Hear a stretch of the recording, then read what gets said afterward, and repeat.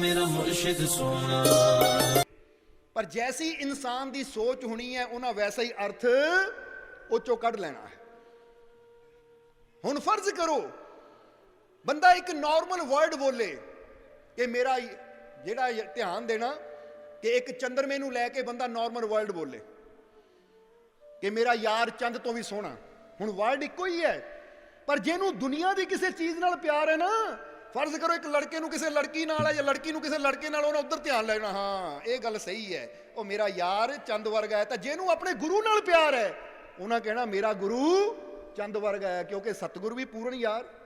यानी जिद्दां दी इंसान की सुरती होनी, जिथे इंसान का मन लगा होना, एक मन की आदत है कि जिथे मन लग गया मन इंसान नूं उसे दायरे च घुमांदा है, उस तो बाहर जान ही नहीं दिंदा। इसलिए अगर इंसान का मन वहमां भरमां च फसिया होया है, भुलेखियां च फसिया होया है, तो इंसान के मन ने इंसान नूं उन्हां वहमां भरमां दे लागे लागे घुमाई जाना है कि इंसान नूं भरमां च ही पा के रखना है। तो जिहड़ा इंसान किसी वहम नूं किसी भरम नूं नहीं मनदा, अपने मालिक का सिमरन करता है, अपने मालिक ते विश्वास रखता है, उहदा मन फिर इन्हां चीज़ां नूं मनदा ही नहीं है। जरा समझना सारे जी। इसलिए ये गल बड़ी समझण वाली है कि असी अपने मन नूं किदां दा बनाते हाँ, और मन ने उदां दा ही बन जाना है जिद्दां दी अपने मन नूं असी संगत देनी है, जिद्दां दी संगत विच असी उठना बैठना है।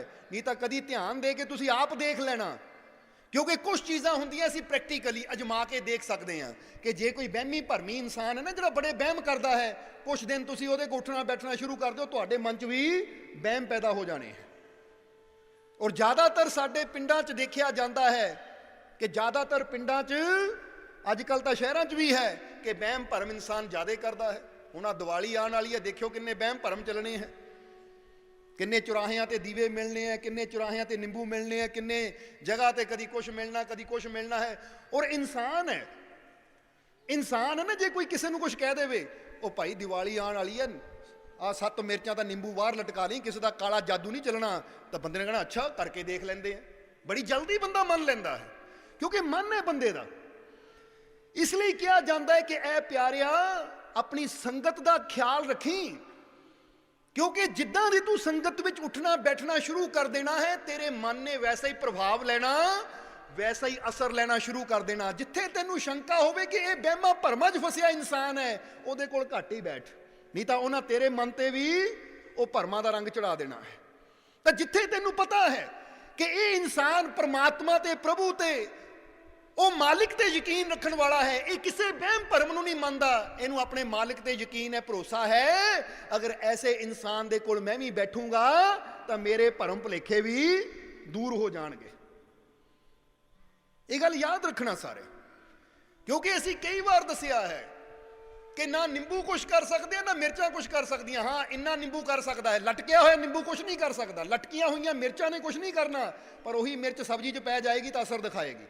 वही नींबू नूं कट के शिकंजवी बना के पी लवांगे तो स्वाद आएगा।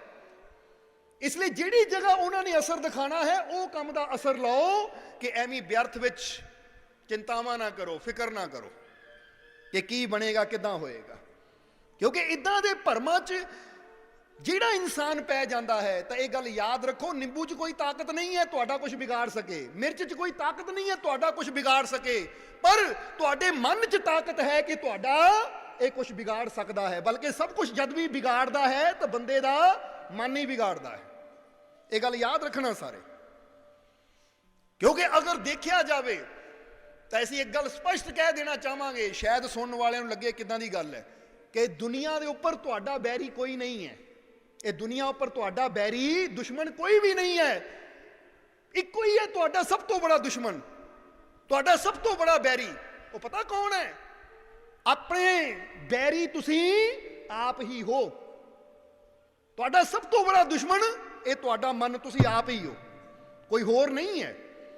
हुण तुसी कहना जी वो किदां, असीं किदां अपने बैरी, असीं किदां अपने दुश्मन, तो यह सब तो बड़ी गल समझ लैनी, क्योंकि तुहाडा सब तो बड़ा बैरी तुहाडे अंदर ये मन ही बैठा है, जिन्हों तुसी कहंदे मेरी बुद्धि मेरी सोच। हुण फर्ज करो इनू इदां समझ लो, चौराहे च नींबू पिया है और तुसी नींबू दे कोल दी लंघ गए, ਹੁਣ ਨਿੰਬੂ 'ਚ ਕੋਈ ਤਾਕਤ ਨਹੀਂ ਹੈ ਤੁਹਾਡਾ ਕੁਝ ਵਿਗਾੜ ਸਕੇ, ਪਰ ਤੁਹਾਡੇ ਮਨ ਨੇ ਕਹਿਣਾ ਹਾਏ ਨਿੰਬੂ ਕੋਲ ਦੀ ਲੰਘ ਗਿਆ, ਟੂਣੇ ਕੋਲ ਦੀ ਲੰਘ ਗਿਆ, ਹੁਣ ਤੂੰ ਬਿਮਾਰ ਹੋ ਜਾਣਾ।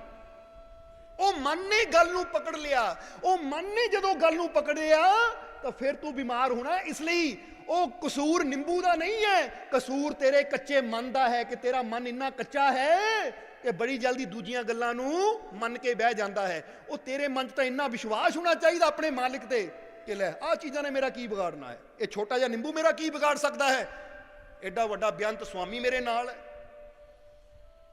ਇਸ ਲਈ ਇਹ ਚੀਜ਼ਾਂ ਨੂੰ ਸਮਝਣਾ ਜ਼ਰੂਰੀ ਹੈ ਕਿ ਜਦੋਂ ਸਾਡਾ ਮਨ ਕਿਸੇ ਵਹਿਮ ਨੂੰ, ਕਿਸੇ ਭਰਮ ਨੂੰ ਪਾਲ ਲੈਂਦਾ ਹੈ, ਕਿਸੇ ਸੋਚ ਨੂੰ ਪਾਲ ਲੈਂਦਾ ਹੈ।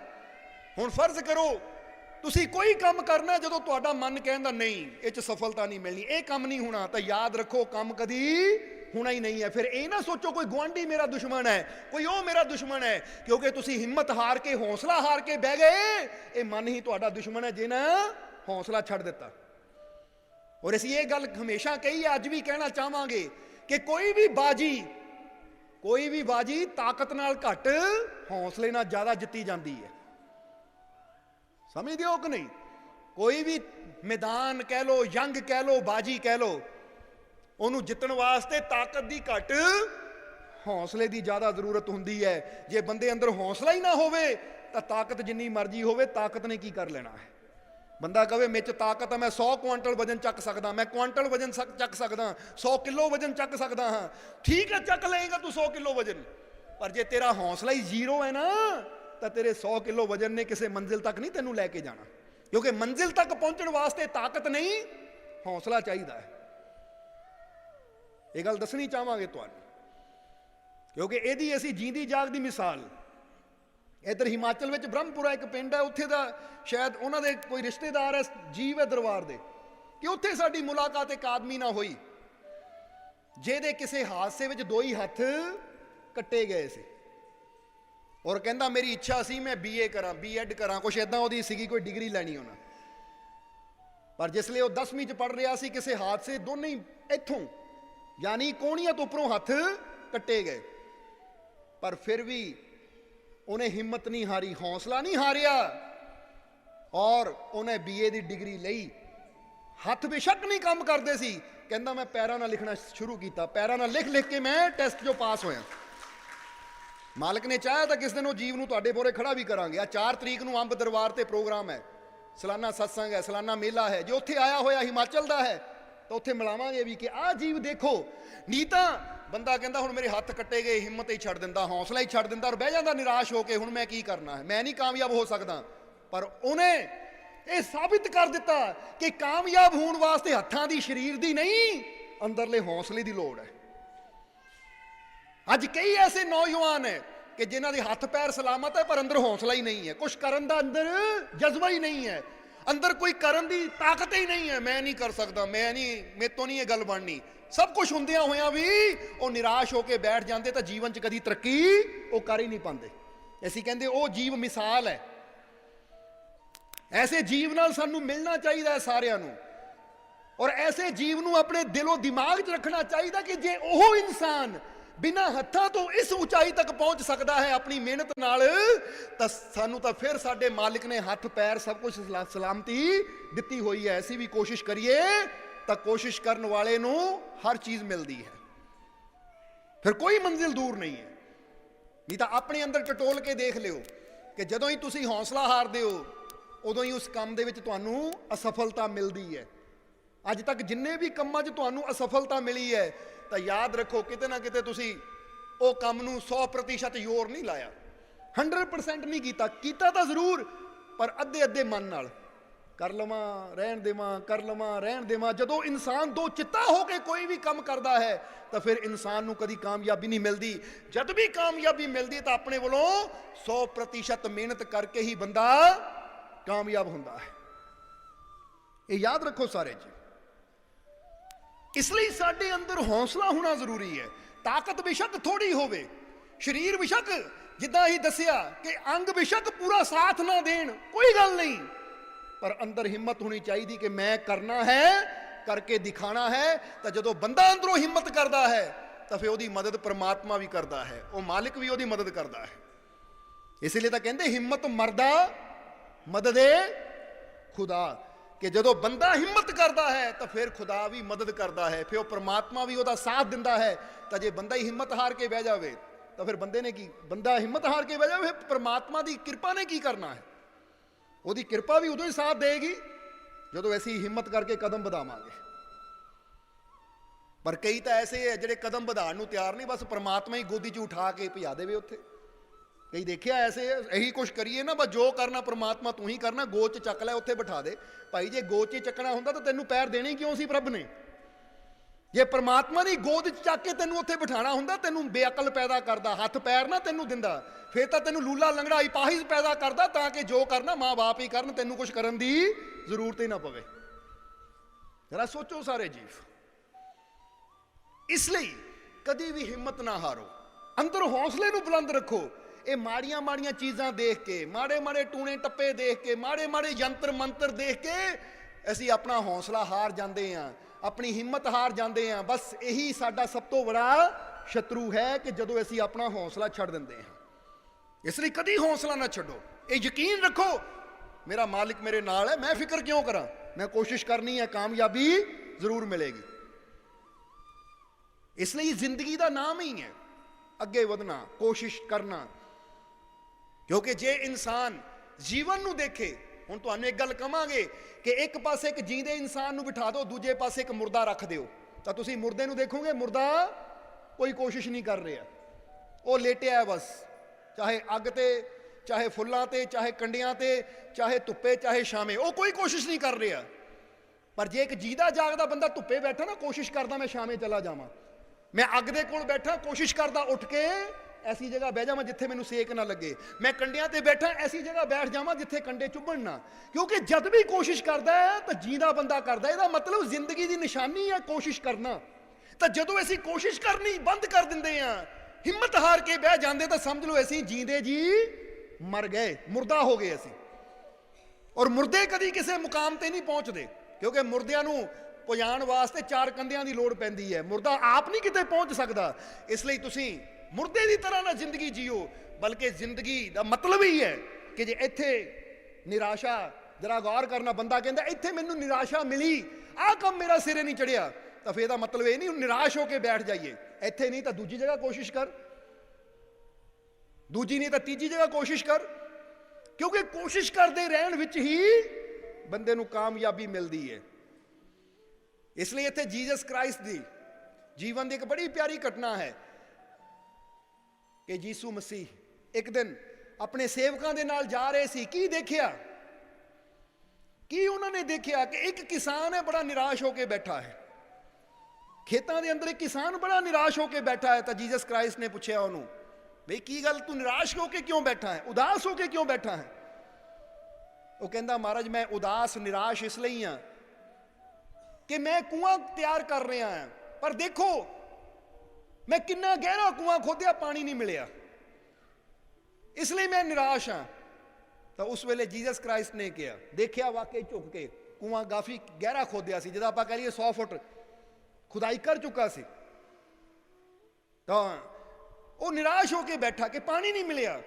ਤਾਂ ਉਸ ਵੇਲੇ ਜੀਸਸ ਕ੍ਰਾਈਸਟ ਨੇ ਉਹਨੂੰ ਕਿਹਾ ਕਿ ਨਿਰਾਸ਼ ਹੋ ਕੇ ਕਿਉਂ ਬੈਠਾ ਹੈ, ਹਿੰਮਤ ਹਾਰ ਕੇ ਕਿਉਂ ਬੈਠਾ ਹੈ, ਹਾਲੇ 100 ਫੁੱਟ ਹੀ ਖੋਦਿਆ ਹੈ, ਜ਼ਰਾ ਹੋਰ ਖੋਦ ਕੇ ਦੇਖ, ਜ਼ਰਾ ਹੋਰ ਖੁਦਾਈ ਕਰਕੇ ਦੇਖ, ਨਿਰਾਸ਼ ਕਿਉਂ ਹੈ ਤੂੰ? ਨਿਰਾਸ਼ ਨਾ ਹੋ, ਖੁਦਾਈ ਕਰ। ਕਹਿੰਦੇ ਹੈ ਉਹਦੇ ਕੋਲ ਕੁਝ ਮਜ਼ਦੂਰ ਵੀ ਸੀ। ਜੀਸਸ ਕ੍ਰਾਈਸਟ ਕਹਿੰਦੇ ਅਸੀਂ ਇੱਥੇ ਬੈਠੇ ਹਾਂ, ਖੁਦਾਈ ਕਰ। ਉਹਨੇ 5 ਫੁੱਟ ਹੋਰ ਖੋਦਿਆ, 105 ਹੋ ਗਿਆ। ਉਹ ਕਹਿੰਦਾ ਜੀ ਹਾਲੇ ਹੀ ਪਾਣੀ ਨਿਕਲਿਆ, ਨਿਰਾਸ਼ ਨਾ ਹੋਵਾਂ ਤਾਂ ਕੀ ਕਰਾਂ? ਜੀਸਸ ਕ੍ਰਾਈਸਟ ਕਹਿੰਦਾ ਥੋੜਾ ਹੋਰ ਖੋਦ। ਉਹ ਉੱਥੇ ਹੀ ਬੈਠੇ ਹੈ, ਕਿਉਂਕਿ ਜਿਸਲੇ ਗੁਰੂ ਰਹਿਬਰ ਸੰਤ ਚਾਹੁੰਦੇ ਨਾ ਕਿਸੇ ਨੂੰ ਤਾਰਨਾ, ਤਾਂ ਫਿਰ ਬੈਠ ਜਾਂਦੇ ਕਿ ਭਾਈ ਤੇਰਾ ਬੇੜਾ ਬੰਨੇ ਲਾਣਾ ਹੀ ਹੈ। ਕਹਿੰਦੇ ਹੋਰ ਕੋਸ਼ਿਸ਼ ਕਰ। ਉਹਨੇ ਮਜ਼ਦੂਰਾਂ ਨੂੰ ਕਿਹਾ, ਹੁਣ ਮੈਂ ਤਾਂ ਕਰਨਾ ਨਹੀਂ ਚਾਹੁੰਦਾ, ਪਰ ਜੇ ਜੀਸਸ ਕ੍ਰਾਈਸਟ ਕਹਿ ਰਹੇ ਹੋਰ ਕੋਸ਼ਿਸ਼ ਕਰ ਤਾਂ ਕਰ ਲਓ।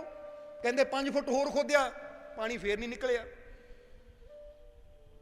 ਕਰਦਿਆਂ ਕਰਦਿਆਂ ਦੁਪਹਿਰ ਹੋ ਗਈ। ਜੀਸਸ ਕ੍ਰਾਈਸਟ ਨੇ ਕਿਹਾ ਜ਼ਰਾ ਹੋਰ ਖੋਦੋ, ਹੋਰ ਖੁਦਾਈ ਕਰੋ।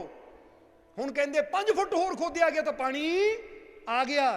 ਉਹ ਖੁਸ਼ ਹੋ ਗਿਆ, ਕਹਿੰਦਾ ਮਹਾਰਾਜ ਹੁਣ ਪਾਣੀ ਆ ਗਿਆ। ਜੀਸਸ ਕ੍ਰਾਈਸਟ ਕਹਿੰਦੇ ਲੈ ਤੇਰੀ ਮਿਹਨਤ ਸਫਲ ਹੋ ਗਈ। 100 ਫੁੱਟ ਤਾਂ ਤੂੰ ਚੱਲ ਹੀ ਚੁੱਕਾ ਸੀ, ਮਿਹਨਤ ਕਰ ਹੀ ਚੁੱਕਾ ਸੀ, ਪਰ ਤੂੰ ਨਿਰਾਸ਼ ਹੋ ਕੇ ਬਹਿ ਗਿਆ ਕਿਉਂਕਿ ਸਿਰਫ 15 ਫੁੱਟ ਦੂਰ ਤੇਰੀ ਮੰਜ਼ਿਲ ਸੀ। ਜੇ ਹੁਣ ਤੂੰ ਨਿਰਾਸ਼ ਹੋ ਕੇ ਇੱਥੋਂ ਹੀ ਮੁੜ ਜਾਂਦਾ ਤਾਂ ਤੂੰ ਆਪਣੀ ਮੰਜ਼ਿਲ ਦੇ ਬੜਾ ਨੇੜੇ ਸੀ। ਇਸ ਕਰਕੇ ਜ਼ਰੂਰਤ ਸੀ ਕਿਸੇ ਐਸੇ ਇਨਸਾਨ ਦੀ ਜੋ ਤੇਰੀ ਹਿੰਮਤ ਨੂੰ, ਤੇਰੇ ਹੌਸਲੇ ਨੂੰ ਵਧਾ ਸਕੇ ਔਰ ਉਹ 15 ਫੁੱਟ ਤੱਕ ਤੈਨੂੰ ਲੈ ਕੇ ਜਾ ਸਕੇ। ਇਸ ਲਈ ਇਥੋਂ ਕਹਾਣੀ ਤੋਂ ਕੀ ਪਤਾ ਲੱਗਦਾ ਹੈ ਕਿ ਜੀਸਸ ਕ੍ਰਾਈਸਟ ਨੇ ਕੋਈ ਚਮਤਕਾਰ ਨਹੀਂ ਕੀਤਾ ਕਿ ਪਾਣੀ ਉੱਪਰ ਆ ਗਿਆ। ਚਮਤਕਾਰ ਇੱਕੋ ਹੀ ਸੀ ਕਿ ਉਹਨਾਂ ਨੇ ਉਹਦੇ ਹੌਸਲੇ ਨੂੰ ਬਲ ਦਿੱਤਾ ਕਿ ਫਿਕਰ ਨਾ ਕਰ, ਮਿਹਨਤ ਕਰ, ਹੋਰ ਮਿਹਨਤ ਕਰ, ਨਿਰਾਸ਼ ਨਾ ਹੋ। ਜੇ 100 ਫੁੱਟ ਤੇ ਪਾਣੀ ਨਹੀਂ ਆਇਆ, ਨਿਰਾਸ਼ ਨਾ ਹੋ, 105 ਤੇ ਆਏਗਾ, 105 ਤੇ ਨਹੀਂ ਆਇਆ 110 ਤੇ ਆਏਗਾ, 110 ਤੇ ਨਹੀਂ ਆਇਆ 115 ਤੇ ਆਏਗਾ। ਯਾਨੀ ਤੂੰ ਆਪਣੀ ਮਿਹਨਤ ਐਸੀ ਬਣਾ ਕਿ ਜਦ ਤੱਕ ਪਾਣੀ ਨਹੀਂ ਆਣਾ ਮੈਂ ਵੀ ਹਟਣਾ ਨਹੀਂ ਹੈ। ਮਜ਼ਾ ਇਹਦੇ 'ਚ, ਸਮਝ ਆ ਰਹੀ ਕਿ ਨਹੀਂ? ਫਰਜ਼ ਕਰੋ ਬੰਦਾ ਕਹਿੰਦਾ ਮੈਂ ਕੂਆ ਖੋਦਣਾ ਹੈ ਤਾਂ ਬੰਦਾ ਕਹੇ 50 ਫੁੱਟ ਖੋਦ ਕੇ ਹਟ ਗਿਆ, ਨਹੀਂ, ਉਹ 'ਚ ਸਾਡੀ ਸਫਲਤਾ ਨਹੀਂ ਹੈ।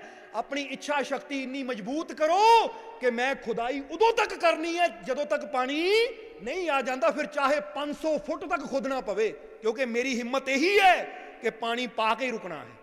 ਇਹਨੂੰ ਕਹਿੰਦੇ ਹੌਸਲਾ। ਇਹ ਨਹੀਂ ਕਿ 4 ਕਦਮ ਚੱਲ ਕੇ, ਜਿੱਦਾਂ ਹੁਣ ਫਰਜ਼ ਕਰੋ ਬੰਦੇ ਨੇ ਹੁਸ਼ਿਆਰਪੁਰ ਜਾਣਾ ਹੋਵੇ ਤਾਂ ਬੰਦਾ 4 ਕਦਮ ਚੱਲ ਕੇ ਕਹੇ ਨਹੀਂ ਹੁਸ਼ਿਆਰਪੁਰ ਨਹੀਂ ਆਇਆ, ਹੁਣ ਮੈਂ ਜਾਣਾ ਹੀ ਨਹੀਂ। ਇਹ 'ਚ ਕਹਿੰਦੇ ਆ ਨਿਰਾਸ਼ਾ। ਪਰ ਇੱਕ ਬੰਦਾ ਸੋਚ ਲੈਂਦਾ ਹੈ ਮੈਂ ਹੁਣ ਤੁਰ ਪਿਆ ਆ, ਜਦ ਤੱਕ ਹੁਸ਼ਿਆਰਪੁਰ ਪਹੁੰਚ ਨਹੀਂ ਜਾਣਾ ਮੈਂ ਰੁਕਣਾ ਨਹੀਂ। ਉਹ ਤੁਰ ਪੈਂਦਾ ਹੈ, ਚੱਲਦਾ ਜਾਂਦਾ ਹੈ, ਚੱਲਦਾ ਜਾਂਦਾ ਹੈ, 1.5-2 ਘੰਟੇ ਤੁਰਿਆ ਜਾਂਦਾ ਹੈ, ਫਿਰ ਜਦੋਂ ਮੰਜ਼ਿਲ ਮਿਲ ਜਾਂਦੀ ਹੈ ਪਹੁੰਚ ਕੇ ਉਹ ਮੰਜ਼ਿਲ ਦਾ ਆਨੰਦ ਲੈਂਦਾ ਹੈ। ਇਹਨੂੰ ਕਹਿੰਦੇ ਹੌਸਲਾ। ਇਸ ਲਈ ਤੁਸੀਂ ਵੀ ਆਪਣੀ ਜ਼ਿੰਦਗੀ ਨੂੰ ਐਸਾ ਬਣਾਓ ਕਿ ਥੋੜੀ ਜਿਹੀ ਕੋਸ਼ਿਸ਼ ਕਰਕੇ ਨਿਰਾਸ਼ ਹੋ ਕੇ ਨਾ ਬੈਠੋ, ਬਲਕਿ ਆਪਣੇ ਜੀਵਨ 'ਚ ਇੰਨਾ ਵਿਸ਼ਵਾਸ, ਇੰਨਾ ਆਸ, ਇੰਨੀ ਉਮੀਦ ਰੱਖੋ ਕਿ ਮੇਰਾ ਮਾਲਿਕ ਮੇਰੇ ਨਾਲ ਹੈ, ਮੈਂ ਕੋਸ਼ਿਸ਼ ਕਰਦੇ ਜਾਣਾ, ਉਦੋਂ ਤੱਕ ਕਰਨੀ ਹੈ, ਆਪਣੇ ਆਖਰੀ ਸਵਾਸਾਂ ਤੱਕ, ਜਦ ਤੱਕ ਮੈਨੂੰ ਮੇਰੀ ਮੰਜ਼ਿਲ ਮਿਲ ਨਾ ਜਾਵੇ। ਇਹਨੂੰ ਕਹਿੰਦੇ ਹੌਸਲਾ। ਔਰ ਇਹੀ ਹੌਸਲਾ ਜਿਨ੍ਹਾਂ ਦੇ ਅੰਦਰ ਹੁੰਦਾ ਹੈ ਕਾਮਯਾਬੀ ਉਹੀ ਹੁੰਦੇ ਹੈ। ਜੇ ਬੰਦਾ ਵਿੱਚ ਹੀ ਨਿਰਾਸ਼ ਹੋ ਕੇ ਬਹਿ ਜਾਵੇ, ਵਿੱਚ ਹੀ ਆਸ ਛੱਡ ਕੇ ਬਹਿ ਜਾਵੇ, ਉਮੀਦ ਛੱਡ ਕੇ ਬਹਿ ਜਾਵੇ, ਤਾਂ ਫਿਰ ਤਾਂ ਕਾਮਯਾਬ ਬੰਦਾ ਕਦੀ ਜੀਵਨ 'ਚ ਹੋ ਹੀ ਨਹੀਂ ਸਕਦਾ। ਇਸ ਲਈ ਕਾਮਯਾਬੀ ਵਾਸਤੇ ਹਿੰਮਤ ਦੀ ਜ਼ਰੂਰਤ ਹੈ, ਅੰਦਰ ਹੌਸਲੇ ਦੀ ਜ਼ਰੂਰਤ ਹੈ।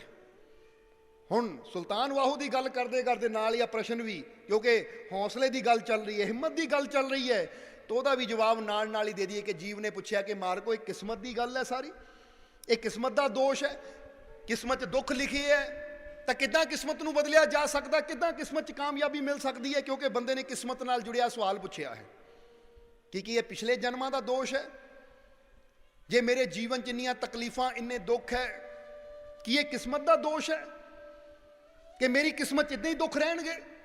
ਤਾਂ ਇਹ ਗੱਲ ਯਾਦ ਰੱਖਣਾ ਸਾਰੇ ਜੀਵ, ਕਿਸਮਤ ਨੂੰ ਦੋਸ਼ ਦੇਣਾ ਬੜਾ ਹੀ ਆਸਾਨ ਹੋ ਜਾਂਦਾ ਹੈ, ਬੜਾ ਸੌਖਾ ਹੋ ਜਾਂਦਾ ਕਿਸਮਤ ਨੂੰ ਦੋਸ਼ ਦੇਣਾ ਕਿ ਮੇਰੀ ਕਿਸਮਤ 'ਚ ਇਦਾਂ ਲਿਖਿਆ ਹੈ। ਪਰ ਇੱਕ ਗੱਲ ਇੱਥੇ ਤੁਹਾਨੂੰ ਸਾਫ਼ ਔਰ ਸਪਸ਼ਟ ਲਫ਼ਜ਼ਾਂ 'ਚ ਦੱਸਣਾ ਅਸੀਂ ਚਾਹਾਂਗੇ ਕਿ ਕਦੀ ਵੀ ਕਿਸਮਤ ਨੂੰ ਦੋਸ਼ ਨਾ ਦਿਓ, ਕਿਉਂਕਿ ਬੰਦਾ ਕਹਿ ਦਿੰਦਾ ਹੈ ਕਿ ਮੇਰੀ ਕਿਸਮਤ 'ਚ ਦੁੱਖ ਹੀ ਲਿਖੇ ਹੈ। ਤਾਂ ਅਸੀਂ ਤੁਹਾਨੂੰ ਇੱਕ ਸਵਾਲ ਪੁੱਛਣਾ ਚਾਹਾਂਗੇ, ਕੀ ਤੁਹਾਨੂੰ ਆਪਣੀ ਕਿਸਮਤ ਦਾ ਪਤਾ ਹੈ? ਕੀ ਪਤਾ ਹੈ ਤੁਹਾਨੂੰ ਕਿ ਮੇਰੀ ਕਿਸਮਤ 'ਚ ਕੀ ਲਿਖਿਆ ਹੈ? ਜਾਂ ਬੰਦਾ ਸੋਚਦਾ ਮੇਰਾ ਪਿਛਲਾ ਜਨਮ, ਕੀ ਪਤਾ ਹੈ ਸਾਨੂੰ ਕਿ ਪਿਛਲੇ ਜਨਮਾਂ 'ਚ ਮੈਂ ਕੀ ਕੀਤਾ ਹੈ? ਜਦ ਪਿਛਲੇ ਜਨਮ ਦਾ ਪਤਾ ਹੀ ਨਹੀਂ ਹੈ ਤਾਂ ਫਿਰ ਪਿਛਲੇ ਜਨਮ ਦੀ ਫਿਕਰ ਕੀ ਕਰਨੀ? ਇਸ ਲਈ ਕਿਸਮਤ ਨੂੰ ਦੋਸ਼ ਨਾ ਦਿਓ, ਕਿਉਂਕਿ ਜਦੋਂ ਇਨਸਾਨ ਕਿਸਮਤ ਨੂੰ ਦੋਸ਼ ਦਿੰਦਾ ਹੈ ਤਾਂ ਫਿਰ ਇਨਸਾਨ ਆਪਣੀ ਜ਼ਿੰਮੇਵਾਰੀ ਤੋਂ, ਜਿੱਦਾਂ ਕਹਿ ਦਿੰਦਾ ਹੈ ਨਾ, ਆਪਣੀ ਜ਼ਿੰਮੇਵਾਰੀ ਤੋਂ ਬੰਦਾ ਵਰੀ ਹੋ ਜਾਂਦਾ ਕਿ ਮੈਂ ਨਹੀਂ ਕੁਝ ਕਰ ਰਿਹਾ, ਇਹ ਤਾਂ ਸਭ ਕੁਝ ਕਿਸਮਤ ਹੀ ਕਰ ਰਹੀ ਹੈ, ਇਹ ਤਾਂ ਕਿਸਮਤ ਨੇ ਲਿਖਿਆ ਹੈ ਐਸਾ। ਸੋ ਇੱਕ ਗੱਲ ਇੱਥੇ ਦੱਸਣਾ ਚਾਹਾਂਗੇ ਜਿਹੜੇ ਕਿਸਮਤ ਦੇ ਬਾਰੇ ਗੱਲ ਕਰਦੇ ਹੈ ਕਿ ਸਾਡੇ ਜੀਵਨ 'ਚ ਇੰਨੇ ਦੁੱਖ ਹੈ, ਇੰਨੀਆਂ ਪਰੇਸ਼ਾਨੀਆਂ ਹੈ, ਕੀ ਇਹ ਕਿਸਮਤ ਦਾ ਦੋਸ਼ ਹੈ? ਸਾਨੂੰ ਕਾਮਯਾਬੀ ਨਹੀਂ ਮਿਲਦੀ, ਕੀ ਇਹ ਕਿਸਮਤ ਦਾ ਦੋਸ਼ ਹੈ? ਤਾਂ ਇੱਕ ਗੱਲ ਇੱਥੇ ਸਾਫ਼ ਤੌਰ ਤੇ ਸਮਝ ਲੈਣਾ कि यूं ही नहीं गिरते ख्वाहिशों के फूल झोली में, यूं ही नहीं गिरते ख्वाहिशों के फूल झोली में, कर्मों की शाख को खुद ही हिलाना होगा, कुछ नहीं होगा कोसने से किस्मत को, अपनी किस्मत का दिया खुद ही जलाना होगा। ये गल याद रखो, किस्मत नूं कोसन नाल कुछ नहीं होना, अपनी किस्मत दा दिया खुद ही जलाना होगा। अपनी किस्मत के दीवे नूं खुद ही जलाना होगा। तो हुण बंदा कहे मैं अपनी किस्मत के दीवे नूं किदां जला सकदा है, किस्मत तो मेरे हाथ च नहीं है। हुण ये गल वाकई सही है, बंदा कह दिंदा किस्मत मेरे हाथ च नहीं है। सो ठीक है, किस्मत तेरे हाथ च नहीं है, इसलिए तू किस्मत नाल कुछ नहीं कर सकदा। पर एक चीज तेरे हाथ च है, वो की है? मेहनत करना तेरे हाथ च है। अगर तू अज मेहनत करेगा, अगर तू अज अच्छा बीज बीजेगा, तो फिर अच्छे फल तेरे जीवन च जरूर आएंगे। क्योंकि मेहनत करने वाले इंसान नूं कामयाबी जरूर मिलती है। हुण इहनूं इस तरह समझ लो जिद्दां पहले ही हुशियारपुर बारे गल कीती कि एक बंदा बैठा है और कहता है जे किस्मत च होया तो हुशियारपुर पहुंच जावांगे। बोलो समझदे हो कि नहीं? एक बंदा कहता बैठे हाँ किस्मत च होया तो हुशियारपुर पहुंच जावांगे। तो एक बंदा कहता है कि ऐदां नहीं, मैं हुशियारपुर पहुंच के दिखाना है। वो उठता है, मेहनत करता, अपना कदम ਵਧਾ ਦਿੰਦਾ है। ਜਦੋਂ कदम ਵਧਾਉਂਦਾ है तो ਤੁਸੀਂ आप सोचो कि ਜਿਹੜਾ किस्मत के सहारे ਛੱਡ के बैठा किस्मत च होया तो पहुंच जावांगे, ਹੁਣ ਉਹ ਪਹੁੰਚੇਗਾ ਜਾਂ ਜਿਹੜਾ ਉੱਠ के कदम ਵਧਾ ਦਿੰਦਾ है ਉਹ ਪਹੁੰਚੇਗਾ। एक बच्चा सोचता है किस्मत च होया तो पास हो जावांगे, तो एक बच्चा कहता मैं मेहनत करनी है, मैं अपने वालों 100% मेहनत करनी है ताकि मैं पास हो सकां। तो हुण जिहड़ा किस्मत ते छड्ड के बैठा है वो पास होएगा, या जो मेहनत कर रहा है वो पास होएगा। इसलिए किसी भी चीज नूं किस्मत ते ना टालो, क्योंकि किस्मत तुहाडे हथ च नहीं है, पर मेहनत करना तुहाडे हथ च है। एक माली सोचे कि भी किस्मत च होया तां आ फुल खिल जाणगे, आ बीज पौधे बन जाणगे, वो बीजां नूं उदां ही रख दिंदा है। किस्मत च होया तो पौधे बन जाणगे। तो दूजा माली वो मेहनत करदा है बीजां ते, वो जमीन खोददा है, बीज नूं जमीन च पांदा है, खाद दिंदा है, पानी दिंदा है, वो मेहनत ते जोर दिंदा है, उन्होंने किस्मत की कोई चिंता नहीं है। वो मेहनत करता है, कर्म करता है, तो जिहड़ा कर्म करता है तो फिर फल भी उन्होंने ही मिलते हैं। तुसीं आप सोच के देख लेना। हुण फर्ज करो तुसीं घर चले जाओ, घर जाके खास करके औरतां घर च रोटी बनांदियां हैं, घर च चाह पानी जो बनाना वो बनांदियां हैं। हुण वो घर जाके कुर्सी ते बह जाण तो घर वाला कहे रोटी लै अज किस्मत च होई तो पक जाएगी आपे, अज किस्मत च होई तो चाह बन जाएगी, अज किस्मत च होई तो रोटी पक के थाली च आ जाएगी। हुण ऐदां रोटी थाली च आएगी, ऐदां रोटी पकेगी? ਉਹਦੇ ਵਾਸਤੇ ਮਿਹਨਤ ਤਾਂ ਕਰਨੀ ਪੈਣੀ ਹੈ, ਹੱਥ ਪੈਰ ਤਾਂ ਹਿਲਾਣੇ ਪੈਣੇ ਹੈ। ਜਿਹੜਾ ਇਨਸਾਨ ਕਿਸਮਤ ਦੇ ਗੱਲ ਨੂੰ ਛੱਡ ਕੇ ਬਹਿ ਜਾਂਦਾ ਹੈ ਉਹ ਜੀਵਨ 'ਚ ਕਦੀ ਸੁਖੀ ਨਹੀਂ ਹੋ ਸਕਦਾ, ਉਹ ਜੀਵਨ 'ਚ ਕਦੀ ਕਾਮਯਾਬ ਨਹੀਂ ਹੋ ਸਕਦਾ। ਔਰ ਜਿਹੜਾ ਇਨਸਾਨ ਮਿਹਨਤ ਤੇ ਜ਼ੋਰ ਦਿੰਦਾ ਹੈ ਕਿ ਮਿਹਨਤ ਮੇਰੀ ਤਾਂ ਰਹਿਮਤ ਤੇਰੀ, ਐ ਮੇਰੇ ਮਾਲਿਕ ਹੈ ਮੇਰੇ परमात्मा, मैं मेहनत करनी है, रहमत तू करनी है, कृपा तू करनी है। जिहड़ा इंसान अपने वालों पूरी कोशिश करता है, 100% मेहनत करता है और प्रभु की कृपा जदों हुंदी है तो उन्हें कामयाबी भी जरूर मिलती है। कहते हैं ना उठत बैठत सोवत ध्याइए, मार्ग चलतियां हरी हर गाइए। गुरुआं ने भी दसिया है कि जे तू मंजिल तक पहुंचना है या जीवन च कामयाब होना है तो कदम तेनू ਵਧਾਣਾ पैना है। उठत बैठत सोवत ध्याइए, पर नाल नाल अपने प्रभु नूं ध्याना भी है, उन्होंने याद भी करना है, क्योंकि परमात्मा की कृपा इसी तरह है। जिस तरह समझ लो एक गड्डी विच तेल, गड्डी का इंजन भी ठीक होवे, टायर भी ठीक होण, गड्डी का ब्रेक क्लच सब कुछ ठीक होवे, पर जे गड्डी च तेल नहीं है तो गड्डी चल नहीं सकती। इसलिए साडा जीवन भी समझ लो गड्डी की तरह है। बोलो समझते हो कि नहीं? ये जीवन गड्डी की तरह है। हुण जे इहनूं चलाना है तो ठीक है, टायरां दा होना जरूरी है, इंजन दा होना जरूरी है, हर चीज़ दा होना जरूरी है, नाल नाल तेल दा होना भी जरूरी है। इसी तरह समझ लो साडी मेहनत गड्डी वाला काम करती है तो परमात्मा की कृपा तेल वाला काम करती है। कि फिर इंसान के जीवन की यह गड्डी अपनी मंजिल तक पहुंच जाती है जदों इंसान मेहनत के नाल नाल अपने परमात्मा नूं याद करता है। क्योंकि मेहनत भी उदों ही सफल होंदी जदों साडे विचार, साडी सोच पॉजिटिव होवे। पॉजिटिव सोच उदों ही बनती है जदों साडा ध्यान परमात्मा नाल जुड़े।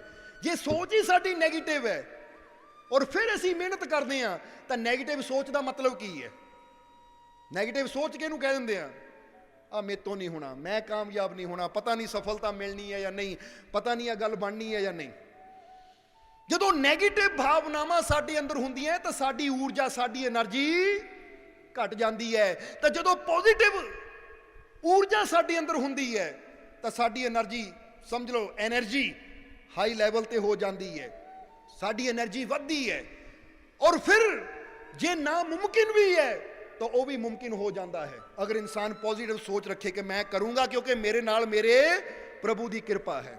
इसलिए परमात्मा की याद, परमात्मा का सिमरन या ओदा नाम लैके जो बंदा तुरदा है तो वो अंदर एक पॉजिटिव एनर्जी आती है और ये नाल ही तो इंसान को सफलता मिलती है, ये नाल ही तो इंसान को कामयाबी मिलती है। इसलिए जे साडियां कुछ ख्वाहिशां है, साडे जीवन के कुछ सपने हैं तो यूं ही नहीं गिरते ख्वाहिशों के फूल झोली में। तो बंदा इदा ना सोचे कि झोली अड्ड के बह जावां तो फुल मेरी झोली च गिर जाणगे। तो उत्थे थोड़ी जी मेहनत करनी पेगी। इसलिए इस शेर के अंदर दसिया है कि यूं ही नहीं गिरते ख्वाहिशों के फूल झोली में, कर्मों की शाख को खुद ही हिलाना होगा। क्या जिन्हों तू कर्म कहता है ना, एक कर्मां दी डाल नूं तैनूं ही हिलाना पैना है, तैनूं ही ऐसे कर्म करने पैने हैं कि वह फुल तेरी झोली च आके गिरन। कुछ नहीं होगा कोसने से किस्मत को, किस्मत नूं कोसण नाल कुछ नहीं होना, अपनी किस्मत का दिया खुद ही जलाना होगा। इंसान बह के किस्मत नूं कोसी जावे, आ माड़ा हो गया, ये मेरी किस्मत का दोष है, तो नहीं, किस्मत नूं दोष ना दिओ, किस्मत नूं दोष ना दो। किस्मत नूं दोष देना बहुत आसान है। इसलिए असीं क्यों कह रहे हैं किस्मत नूं दोष ना दो, अपने उत्ते विचार करो कि किते ना किते मेरी मेहनत विच ही कमी रह गई होएगी। हुण फर्ज करो एक इंसान कार लैके जा रहा है, गड्डी लैके जा रहा है और ਉਹਦਾ किते एक्सीडेंट हो जाता, बंदा कहता किस्मत च लिखिया सी एक्सीडेंट होना, हो गया। इत्थे सारी गल किस्मत ते चली गई। पर जरा ध्यान देना, थोड़ा जिहा विचार करना कि जद भी कोई हादसा हुंदा है तो किते ना किते गलती ड्राइवर दी हुंदी है, क्योंकि जा उन्होंने नींद आ जाती है, या नशा करके चलाता है, जा ध्यान मोबाइल च हुंदा है, या फिर इंसान कोई ना कोई इदां दी गलती कर दिंदा है जिहदे करके ओहदा ध्यान रस्ते तो हट जाता है, कार दी या गड्डी तरफों हट जाता है और वह हादसा हो जाता है। फिर बाद चो बंदा कहता किस्मत। हुण इह दोष किस्मत दा है या दोष अपना है? अगर ऐसी कोई भी कर्म पूरी तवज्जो नाल, पूरे ध्यान नाल 100% सुरती उधर दे के करांगे तो कदी सानू ठोकर लग ही नहीं सकती। हुण बंदा देखदा उपर नूं पिया है, देखदा उपर नूं पिया है और ठोकर ला के गिर जावे तो कहना किस्मत दा दोष है। किस्मत दा दोष नहीं, तेरी नज़र दा दोष है, क्योंकि जिथे तेनू देखना चाहिदा है उत्थे तू देखिया नहीं। अगर ध्यान तेरा जमीन ते हुंदा तो ठोकर तो बच जाता, किस्मत नूं दोष देण दी की गल है? इन्नी तो परमात्मा ने समझ दी है। इसलिए किस्मत किसी नूं दुख नहीं दिंदी, किस्मत किसी नूं सुख नहीं दिंदी। ये सुख भी साडी अपनी करनी नाल ही सानू मिलदा है, तो दुख भी सानू अपनी करनी नाल ही मिलदा है। हुण जे किस्मत च रब ने जो लिखिया होवे उही होना है, तो हुण जरा सोचो, इनू इदां बंदा सोचे कि बंदा कहंदा कि अज किस्मत च दाल खानी लिखी सी, दाल मिली है, तो भाई तू साग बना लैंदा, साग मिल जाना सी। तू सब्जी बना लैंदा, सब्जी मिल जानी सी। कोई ये थोड़ी रब ने पक्का लिख दिता कि तेनू दाल ही मिलनी सी। ये तो तेरे ते निर्भर है, तू जिहड़ी चीज़ खरीद के लै जानी है उही बना सकदा है। तू अज गोभी ले जा, गोभी बन जाएगी, दाल ले जा, दाल बन जाएगी, साग ले जा, साग बन जाएगा। पर बाद जो बन गया खा लिया, हाँ अज किस्मत च यही लिखिया सी। ये किस्मत नहीं है, तू लिखिया अपनी किस्मत। क्योंकि जैसा तू कर्म करना है वही चीज तेरे तक पहुंचनी है। इनू किस्मत दे दोष ना दे। हुण एक बंदा किसी का कतल कर दिंदा गुस्से च आके, बाद चो कहे नहीं जी किस्मत च लिखिया सी। ਹੁਣ ਫਰਜ਼ ਕਰੋ ਇੱਕ ਕਿਸੇ ਦਾ ਗਲ ਘੁੱਟ ਕੇ ਜਾਂ ਛੁਰੀ ਮਾਰ ਕੇ ਕਤਲ ਕਰਤਾ, ਉਹਨੂੰ ਅਦਾਲਤ ਵਿੱਚ ਜੱਜ ਦੇ ਸਾਹਮਣੇ ਪੇਸ਼ ਕੀਤਾ ਗਿਆ, ਤਾਂ ਜੱਜ ਕਹਿੰਦਾ ਹਾਂ ਵੀ ਕਤਲ ਕਿਉਂ ਕੀਤਾ? ਨਹੀਂ ਜੀ, ਕਿਸਮਤ 'ਚ ਲਿਖਿਆ ਸੀ, ਹੋ ਗਿਆ, ਮੇਰਾ ਤਾਂ ਕੋਈ ਦੋਸ਼ ਹੀ ਹੈ ਨਹੀਂ। ਤਾਂ ਜ਼ਰਾ ਸੋਚੋ ਇਹ ਗੱਲ ਕਿੱਥੇ ਤੱਕ ਸੱਚ ਹੈ ਕਿ ਜਦ ਵੀ ਕੋਈ ਇਨਸਾਨ ਕਰਮ ਕਰਦਾ, ਬੰਦਾ ਜੇ ਕਿਸਮਤ ਤੇ ਟਾਲਦਾ, ਇਹਦਾ ਮਤਲਬ ਬੰਦਾ ਤਾਂ ਬੇਕਸੂਰ ਹੋ ਗਿਆ, ਫਿਰ ਤਾਂ ਉਹਨੂੰ ਸਜ਼ਾ ਹੀ ਨਹੀਂ ਹੋਣੀ ਚਾਹੀਦੀ। ਫਿਰ ਤਾਂ ਜੱਜ ਨੂੰ ਕਹਿਣਾ ਚਾਹੀਦਾ ਅੱਛਾ ਕਿਸਮਤ 'ਚ ਲਿਖਿਆ ਤਾਂ ਜਾ, ਤੂੰ ਬਰੀ ਹੈ, ਜਾ ਚਲਾ ਜਾ, ਤੇਰਾ ਤਾਂ ਕਸੂਰ ਹੀ ਕੋਈ ਨਹੀਂ, ਕਿਉਂਕਿ ਦੋਸ਼ ਹੀ ਸਾਰਾ ਕਿਸਮਤ ਦਾ, ਤੇਰਾ ਕੋਈ ਕਸੂਰ ਨਹੀਂ, ਜਾ ਘਰ ਜਾ। ਪਰ ਨਹੀਂ, ਜੱਜ ਉਹਨੂੰ ਸਜ਼ਾ ਕਿਉਂ ਦਿੰਦਾ ਹੈ? ਕਿਉਂਕਿ ਇਹ ਗੱਲ ਕਿਸਮਤ ਦੇ ਹੱਥ 'ਚ ਨਹੀਂ ਹੈ, ਇਹ ਗੱਲ ਤੇਰੇ ਹੱਥ 'ਚ ਹੈ। ਤੂੰ ਉਹਦਾ ਗਲਾ ਦਵਾਇਆ, ਤੂੰ ਉਹਦੀ ਛੁਰੀ ਮਾਰੀ, ਤੂੰ ਚਾਹੁੰਦਾ ਤਾਂ ਉਹ ਚੀਜ਼ ਨੂੰ ਰੋਕ ਵੀ ਸਕਦਾ ਸੀ, ਇਹ ਤਾਂ ਤੇਰੀ ਕਰਨੀ ਹੈ। ਇਸ ਲਈ ਅਗਰ ਇੱਕ ਕਿਸਾਨ ਕਿੱਕਰ ਦਾ ਬੀਜ ਬੋਵੇ ਔਰ ਬਾਅਦ ਚੋਂ ਕੰਡੇ ਨਿਕਲਣ, ਤਾਂ ਫਿਰ ਕਵੇ ਮੇਰੀ ਕਿਸਮਤ 'ਚ ਰੱਬ ਨੇ ਕੰਡੇ ਹੀ ਲਿਖੇ ਸੀ, ਇਹ ਕੰਡੇ ਹੀ ਮਿਲ ਰਹੇ ਹੈ, ਤਾਂ ਇਹ ਦੋਸ਼ ਰੱਬ ਦਾ ਹੈ, ਕਿਸਮਤ ਦਾ ਹੈ, ਜਾਂ ਤੇਰੇ ਹੱਥਾਂ ਦਾ ਹੈ ਕਿ ਤੂੰ ਬੀਜ ਇਹ ਕਿੱਕਰ ਦੇ ਬੀਜੇ? ਜ਼ਰਾ ਆਪ ਸੋਚੋ, ਕਿਉਂਕਿ ਧਰਤੀ ਉਹੀ ਹੈ, ਜ਼ਮੀਨ ਉਹੀ ਹੈ। ਤੁਸੀਂ ਇੱਕ ਜਗ੍ਹਾ ਕਿੱਕਰ ਦਾ ਬੀਜ ਬੋ ਦੋ, ਤਾਂ ਉਹ ਚੋਂ 10 ਫੁੱਟ ਜਗ੍ਹਾ ਛੱਡ ਕੇ ਗੰਨਿਆਂ ਦੀਆਂ ਪੋਰੀਆਂ ਬੀਜ ਦਿਓ, ਯਾਨੀ ਗੰਨੇ ਬੀਜ ਦਿਓ, ਔਰ ਉਹ ਤੋਂ ਥੋੜੀ ਹੋਰ ਜਗ੍ਹਾ ਛੱਡ ਕੇ ਗੁਲਾਬ ਬੀਜ ਦਿਓ, ਉਹ ਤੋਂ ਥੋੜੀ ਹੋਰ ਜਗ੍ਹਾ ਛੱਡ ਕੇ ਕੋਈ ਹੋਰ ਫਲਦਾਰ ਬ੍ਰਿਕਸ਼ ਬੀਜ ਦਿਓ, ਤਾਂ ਧਰਤੀ ਉਹੀ ਹੈ, ਪਾਣੀ ਉਹੀ ਲੱਗਣਾ ਸਾਰਿਆਂ ਨੂੰ, ਹਵਾ ਵੀ ਉਹੀ ਹੈ, ਮਿੱਟੀ ਵੀ ਉਹੀ ਹੈ, ਸੂਰਜ ਦੀਆਂ ਕਿਰਨਾਂ ਵੀ ਉਹੀ ਹੈ, ਪਰ ਫਲ ਸਾਰਿਆਂ ਦਾ ਅਲੱਗ ਅਲੱਗ ਹੋਣਾ ਹੈ। ਹੁਣ ਉੱਥੇ ਬੰਦਾ ਇਹ ਨਹੀਂ ਕਹਿ ਸਕਦਾ ਕਿ ਕਿਸਮਤ, ਉੱਥੇ ਬੰਦਾ ਇਹ ਕਹਿ ਸਕਦਾ ਹੈ ਕਿ ਹਾਂ ਇੱਥੇ ਮੈਂ ਗੁਲਾਬ ਬੀਜਿਆ ਸੀ, ਇੱਥੋਂ ਗੁਲਾਬ ਨਿਕਲ ਆਇਆ, ਇੱਥੇ ਮੈਂ ਗੰਨੇ ਬੀਜੇ ਸੀ, ਗੰਨੇ ਨਿਕਲ ਆਏ, ਇੱਥੇ ਮੈਂ ਕਿੱਕਰ ਬੀਜੀ ਸੀ, ਕਿੱਕਰ ਨਿਕਲ ਆਈ, ਇੱਥੇ ਮੈਂ ਅੰਬ ਬੀਜੇ ਸੀ ਤਾਂ ਅੰਬ ਨਿਕਲ ਆਏ, ਫਲ ਨਿਕਲ ਆਏ। ਯਾਨੀ ਜੈਸਾ ਬੀਜ ਮੈਂ ਬੋਇਆ ਵੈਸਾ ਫਲ ਮੈਨੂੰ ਪ੍ਰਾਪਤ ਹੋ ਗਿਆ। ਇੱਥੇ ਮੈਂ ਕਿਸਮਤ ਨੂੰ ਨਹੀਂ ਕਹਿ ਸਕਦਾ ਹਾਂ ਵੀ ਇਹ ਕਿਸਮਤ ਦੀ ਗੱਲ ਹੈ, ਆਹ ਕਿਸਮਤ ਨੇ ਇੱਥੇ ਗੰਨੇ ਲਾਣੇ ਸੀ, ਕਿਸਮਤ ਨੇ ਗੰਨੇ ਲਾ ਦਿੱਤੇ, ਇੱਥੇ ਕਿਸਮਤ ਨੇ ਅੰਬ ਲਾਣੇ ਸੀ, ਅੰਬ ਲਾ ਦਿੱਤੇ, ਇੱਥੇ ਕਿਸਮਤ ਨੇ ਕਿੱਕਰ ਲਾਣੀ ਸੀ, ਕਿੱਕਰ ਲਾ ਦਿੱਤੀ। ਹੁਣ ਤੁਸੀਂ ਸਮਝਦਾਰ ਹੋ, ਇਹ ਕਿਸਮਤ ਦਾ ਦੋਸ਼ ਹੈ, ਇਹ ਕਿਸਮਤ ਦੀ ਕਰਨੀ ਹੈ ਜਾਂ ਬੰਦੇ ਦੀ?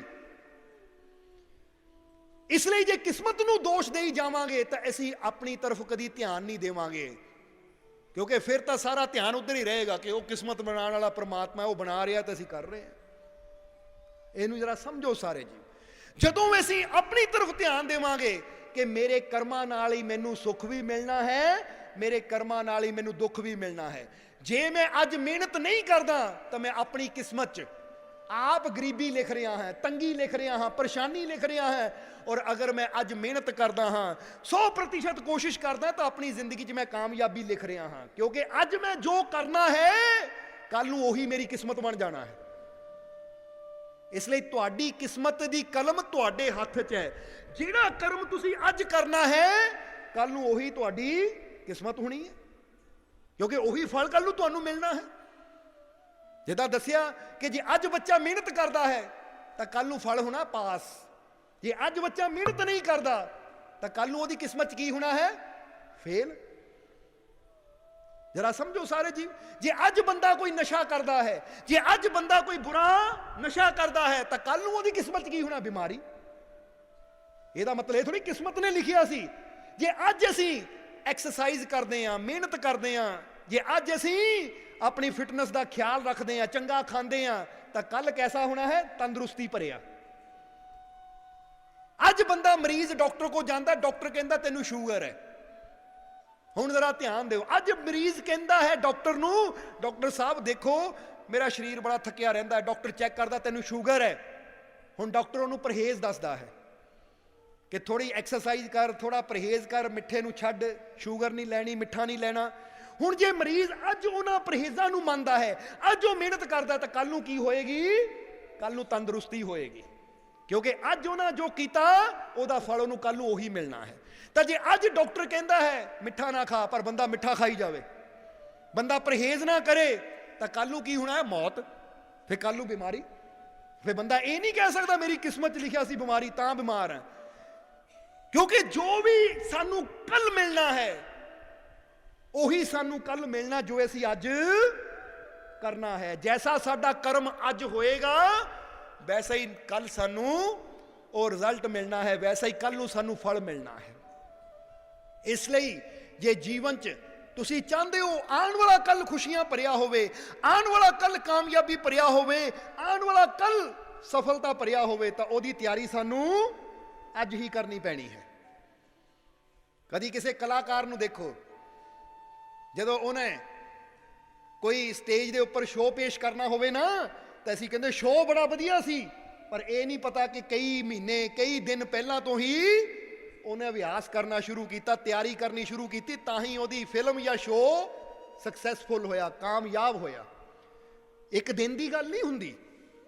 ਜੇ ਜੀਵਨ 'ਚ ਐਸੇ ਵੀ ਕਾਮਯਾਬੀ ਦੀਆਂ ਬੁਲੰਦੀਆਂ ਤੇ ਪਹੁੰਚਣਾ ਹੈ ਔਰ ਚਾਹੁੰਦੇ ਹਾਂ ਕਿ ਆਉਣ ਵਾਲਾ ਕੱਲ ਸਾਡੇ ਵਾਸਤੇ ਖੁਸ਼ੀਆਂ ਭਰਿਆ ਹੋਵੇ, ਕਾਮਯਾਬੀ ਭਰਿਆ ਹੋਵੇ, ਤਾਂ ਉਹਦੀ ਤਿਆਰੀ ਸਾਨੂੰ ਅੱਜ ਤੋਂ ਹੀ ਕਰਨੀ ਪਏਗੀ। ਬੰਦਾ ਅੱਜ ਸੋਚੇ ਮੈਂ 100% ਮਿਹਨਤ ਕਰਨੀ ਹੈ, ਮੈਂ ਪੂਰੀ ਕੋਸ਼ਿਸ਼ ਕਰਨੀ ਹੈ, ਤਾਂ ਫਿਰ ਬੰਦੇ ਨੂੰ ਕਾਮਯਾਬ ਹੋਣ ਤੋਂ ਕੋਈ ਰੋਕ ਨਹੀਂ ਸਕਦਾ। ਤਾਂ ਜੇ ਬੰਦਾ ਕਵੇ ਇੱਕ ਮਿੰਟ 'ਚ ਰਿਜ਼ਲਟ ਆ ਜਾਵੇ,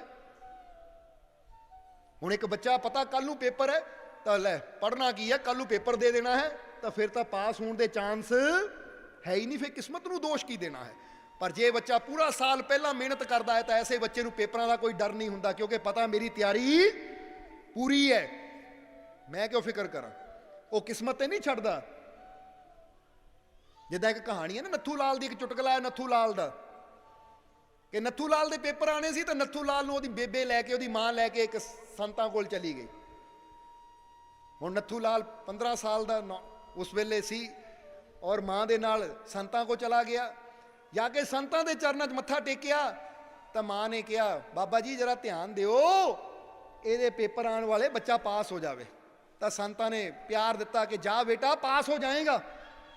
ਹੁਣ ਨੱਥੂ ਲਾਲ ਬੜਾ ਖੁਸ਼, ਘਰ ਆ ਗਿਆ, ਕਿਤਾਬਾਂ ਚੱਕ ਕੇ ਪਰੇ ਸੁੱਟੀਆਂ, ਬੈਗ ਚੱਕ ਕੇ ਉੱਧਰ ਰੱਖ ਦਿੱਤਾ, ਦਿਨ ਰਾਤ ਬਸ ਖੇਲਣ ਵਿੱਚ ਹੀ ਮਗਨ। ਰਾਤ ਨੂੰ ਸੌਂ ਜਾਣਾ, ਦਿਨ ਨੂੰ ਕਦੀ ਫੁੱਟਬਾਲ ਖੇਲ ਲਿਆ, ਕਦੀ ਕ੍ਰਿਕਟ ਖੇਲ ਲਿਆ, ਕਦੀ ਪਿੰਡ ਵਿੱਚ ਹੋਰ ਗੇਮਾਂ ਖੇਡ ਲਈਆਂ।